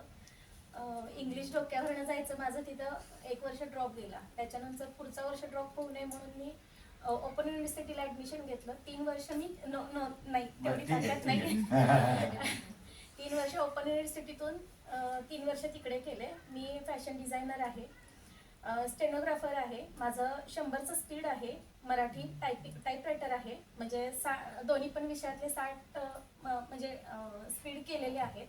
विथ भरतकाम विणकामाची म्हणजे मास्टर केलेली आहे. ह्या 3 वर्षात मी तिन्ही आयट्या केले, जे माझ्याकडे गव्हर्नमेंटचं सर्टिफिकेट आहे. मी आत्ता कुठेही उभा राहिली तरी मी फॅशन डिझायनिंग ही माझ्या स्वतःच्या बळावर मी शिकवू शकते आणि मी माझं स्वतःचं सर्टिफिकेट देऊ शकते. पण आज मला पुढे शिकायचं आहे आणि रेग्युलर आहे, मी कधीच बोलले बाळाला घेऊन येते ती, न लाजता डिपार्टमेंट आहे ते माझ्याच तिथंच येते. म्हणजे मी यांच्या डिपार्टमेंट मध्ये आहे तिथं. माझ्या घरच्यांचा पण सपोर्ट इतका आहे की आता 4 किलोमीटर सोडून माझे मिस्टर आता हिला रोज इथं सोडून जातात. त्याच्यानंतर मी परत 1 तासाचा MS ऑफिस कम्प्युटरचा क्लास करते. 2 वर्षात जेवढं शिकता येईल तेवढं शिकणे हे माझ्यासाठी फार गरजेचं आहे. म्हणजे एवढ्या दिवसात मी बोलले नाही कधी, पण एवढं धाडस आता सध्या तरी होत नाही. आणि आता मी म्हणजे 80% माझं बॅकग्राऊंड होतं, जे दंगा मस्ती करणं वगैरे. 12वीच्या मुळात माझी जी पर्सनॅलिटी आहे, मी तायक्वांदो नॅशनल लेवल खेळलेली आहे 12वी पर्यंत. त्याच्यानंतर माझं पूर्ण जे मी आता आहे ते मी फक्त 25% आहे इथं. एवढा माझा बदल झाला या पण 13 वर्षामध्ये. आणि तिथून नंतर मी माझ्या आयुष्याची सुरुवात झाली. आणि अभ्यासामध्ये माझं अजिबात लक्ष नव्हतं की मी पूर्ण खेळाडू वृत्तीची होती. अभ्यासाकडे अजिबात लक्ष नाही. मी आज एकही वेळ मी वाया घालवत नाही. माझी मुलं 11 वाजता झोपली की मी 1-1, 2-2 वाजेपर्यंत स्टडी करत असते. आणि ह्याची गोडी मला आत्ता लागलेली. तीच मी आधी असते तर आता मी कुठेतरी पुढे असते. हे महत्वाचं आहे. मी आता महत्वाचं काय सांगतो, हे 3 पिढी तुमच्या पुढे आलेले आहेत. संसारी 2 आहेत आणि हे अनुभव घेऊन आलेले आहेत. आणि ते आमच्या इथं रेग्युलर आहे. म्हणजे आमच्या कोर्सचं प्रोग्रामचं महत्व आहे. त्यामुळं आम्ही काही तुम्हाला आता आमच्या बाकीच्यांचं सांगतो. घरात धुणं धुत नाही, भांडी घासत नाही, स्वयंपाक करत नाही, जेवलेलं ताट उचलत नाही, असं घरातली आई म्हणते. पोरग्याला कधी दळप आणायला जाऊन माहित नाही, वैरणीची काडी आणत नाही, असं क्वचित कुठं जरा असं काम केलं की करतोय. अशी बऱ्याच जणांची अवस्था आहे. कॉलेजमध्ये रोज येतोय पण तासाला असेलच असं नाही, आवर्जून भेटेल कॅन्टीनला किंवा झाडाखाली. पण हे 2 वर्षाने येण्याऐवजी तुम्ही नशीबवान आहात. तुमचे सगळ्यांचे पहिल्यांदा आभार. ही रोज आहे, रोज वेळेत येते, रोज सगळं ऐकते आणि तुमच्यामुळे हा कोर्स ओके झालेला आहे. पण मी यांना चॅलेंज दिलेलं आहे, जरी समोर एक मुलगा आला तरी मी त्याला नाराज करणार नाही. त्याच्यासाठी मी एक कोर्स चालू ठेवणार, व्याख्यान ठेवणार, व्याख्यानाला पैसे देणार, युट्यूबवर टाकणार, बघणार. सगळ्या युट्यूब आमच्या व्हिडिओला व्ह्यूज आलेले, सगळ्यांची लेक्चर बघायला लागलेत लोक. आमचं पडले ना 1 तासाभरात 10-15 जण त्याला व्हिजिट दिलेली असते, वाटच बघत असते. अजून काही जण टाका म्हणतात, काही व्हिडिओमध्ये खराबी झाली, टेक्निकल एवढ्या 10 दिवसामध्ये होऊ शकतं. पण तिनं छान सांगितलं की 1 दिवसाचा प्रोग्राम एखादं डिपार्टमेंट करायला, सक्सेस करायला 10-12 जण धडपडतात. सर त्यातलेच आहेत. प्रत्येक डिपार्टमेंटला तुम्ही स्वतः करता त्यावेळी. पण इथं निकम सरने पहिल्या दिवस सांगितले एकांडाकडे एकटाच, तेवढा मोठा कार्यक्रम पण एकटाच, हा पण एकटाच. वक्तृत्व स्पर्धा आमच्या इकडे होत्या त्या 4 वर्ष. मला एकट्यालाच सगळं माहिती आहे. ज्या दिवशी काम करायचं त्याच दिवशी लोक बसवायची जागी जागी. हे स्वामी त्याचा आमचा हे आहे आय विटनेस की सगळ्यांनी काम करायचं, पण नियोजन त्याचं प्लॅनिंग ते वेळापत्रक सगळं ओके. 12 दिवसाचं प्लॅनिंग तयार. मी सगळ्या वक्त्यांना सांगितलेलं, तू पहिल्यांदा घ्या लागलायस, सेट झालायस, घाबरलास तरी सांग, माझ्याकडे तुझ्या टॉपिकसाठी 4 माणसं तयार आहेत. आज तसं झालं. शेवटचा दिवस 4 माणसं आहेत, 4 जणांना फोन केला, 2 तयार झाले, एक गळा लागला. आणि तुम्हाला म्हणतो आनंद पहिला होईल, मी पहिला फोन करणार ना त्यापैकी संजीव एक. आम्ही दोघाही म्हटला इथं, मी एक आणि तेजस्विनी जाधव त्या पुस्तकाची सहलेखिका. दोघे मिळून 4 वर्षापूर्वीच त्यांची ओळख झाली. तिथं दोघे एकत्र काम करतात, एकत्र पुस्तक लिहिलेलं. पहिला फोन केला, आनंद झाला. मी परवा कंडक्टरचं उदाहरण दिलं तुम्हाला की आमच्या ग्रुपवरती सक्सेसफुल स्टुडंटची लिस्ट पडली तुझ्या बॅचचं. म्हणजे यांच्या बॅचचं कसं एवढ्या लांब कनेक्शन कसं आमचं. आम्ही कोरोनाच्या आधी इथल्या इथंच घेत होतो, बाहेर जात नव्हतो. मग कोरोनात सगळं बंद झालं, कॉलेजकडे यायचं नाही. मग मी परवानगी घेतली, आपण म्हटलं ऑनलाईन करूया, ऑनलाईन सगळे लेक्चर ऑनलाईन घेऊ आणि त्याचं नाही तर रजिस्ट्रेशन फॉर्म करू, म्हणजे कोण कोण येतंय त्याला ते कळलं. आणि मग त्याच्यावरती सगळे जॉईन होतील. 3,500 रजिस्ट्रेशन झाले. 3,500. आज आमच्याकडे 1100 पोरं पीजीला आहेत आणि 400 रजिस्ट्रेशन आहे. म्हणजे रेग्युलर पोरांना याचं महत्व नसतं हे त्यातलं. कारण नॉट रिलेटेड टू कॉलेज असा एक ऑप्शन आहे त्याच्यात, आहे की नाही. ते नाही तर 10% पोर आहे. म्हणजे 400 पैकी आजही 400 आणि 25% शिक्षक आहेत रजिस्ट्रेशन करणाऱ्यांमध्ये. त्यांना गरज आहे, यांना गरज नाही. तुम्हाला आता ऐकल्यावरती त्यानं म्हटलं तसं की हे ऐकल्यावर कळलं की आपण ह्याच्यात अजून डीप जायला पाहिजे, हे गरजेचंच आहे. आणि मग ऑनलाईन मध्ये सगळ्या महाराष्ट्रभर, महाराष्ट्राच्या बाहेर अजून मला तिकडनं मेसेज वगैरे येतात की इंग्लिशमध्ये चालू करा, इंग्लिशमध्ये चालू करा, हे कसं याची गरज आहे आणि तुमचं चांगलं असते म्हणून. तर ते आमची सक्सेसफुल स्टुडंटची लिस्ट बघितल्यावर कंडक्टरनं मला सांगितलं, सर मी बी पास झालोय म्हटलं. तू म्हणजे कोण आता, तू कुठला आहेस? मी कंडक्टर आहे म्हटलं. कुठं? बुलढाण्यात. आणि राजवीर म्हणून त्याचं नाव आहे, राजवीर. मला लय भारी वाटलं त्याचं, म्हणजे कंडक्टर. त्याला मी पाहुणा म्हणून सुद्धा बोलवेल. तो त्याच्यातनं कंडक्टरची नोकरी सोडला, TET पास झाला आणि जिल्हा परिषदला गडचिरोलीला आता शिक्षक म्हणून लागलाय. त्याला आनंद किती. सगळ्यात पहिला सांगितलं, सर मी पास झाला आणि लागलो शिक्षक म्हणून. तिथले व्हिडिओ मला टाकले. गोव्याचा एक शिक्षक आहे, गोव्याचा, ती GET पास झाला त्यांची. गोवा टेट आहे आपली तशी त्यांची GET, ती गेट परीक्षा पास झाला आणि शिक्षक म्हणून लागला. मग ह्याच्या इतका आनंद तुम्हाला होतो ना, तुमचा मेसेज फोन आला की नाही, मला आनंद होतो. मीच तुम्हाला पास केलं असं वाटतं. काय का असं ना, पण काय तर त्याच्यात एक वाटा आहे म्हणून तर तुम्ही मला फोन करता. संजूचा फोन आला, मी म्हटलं संजय आम्ही तुम्हाला बोलवणार एक वेळ. मी कधी बी तयार आहे म्हटले, कुठला बी टॉपिक. ते खरंच परीक्षेला पास झालेलं आहे. सगळ्या सेट परीक्षा पास झाल्या, पण आजची परीक्षा पास झाली यांच्यासाठी जोरदार टाळ्या. लक्षात घे, 1 मिनिट वेळ लावू नये, 1 मिनिट. उद्या यावं लागते संजीव, येतो. टॉपिक हायर एज्युकेशन घेतो. सगळं पुस्तकच लिहिलंय, त्यात टॉपिक घ्यायला काय मुद्दा लक्षात ठेवा. असे या वर्गातले सगळे संजय जगदाळे व्हायला पाहिजे, तर जिंकलं म्हणायचं. 10 दिवस. थँक्यू, बेस्ट लक. निकालाची तुमच्या वाट बघतो.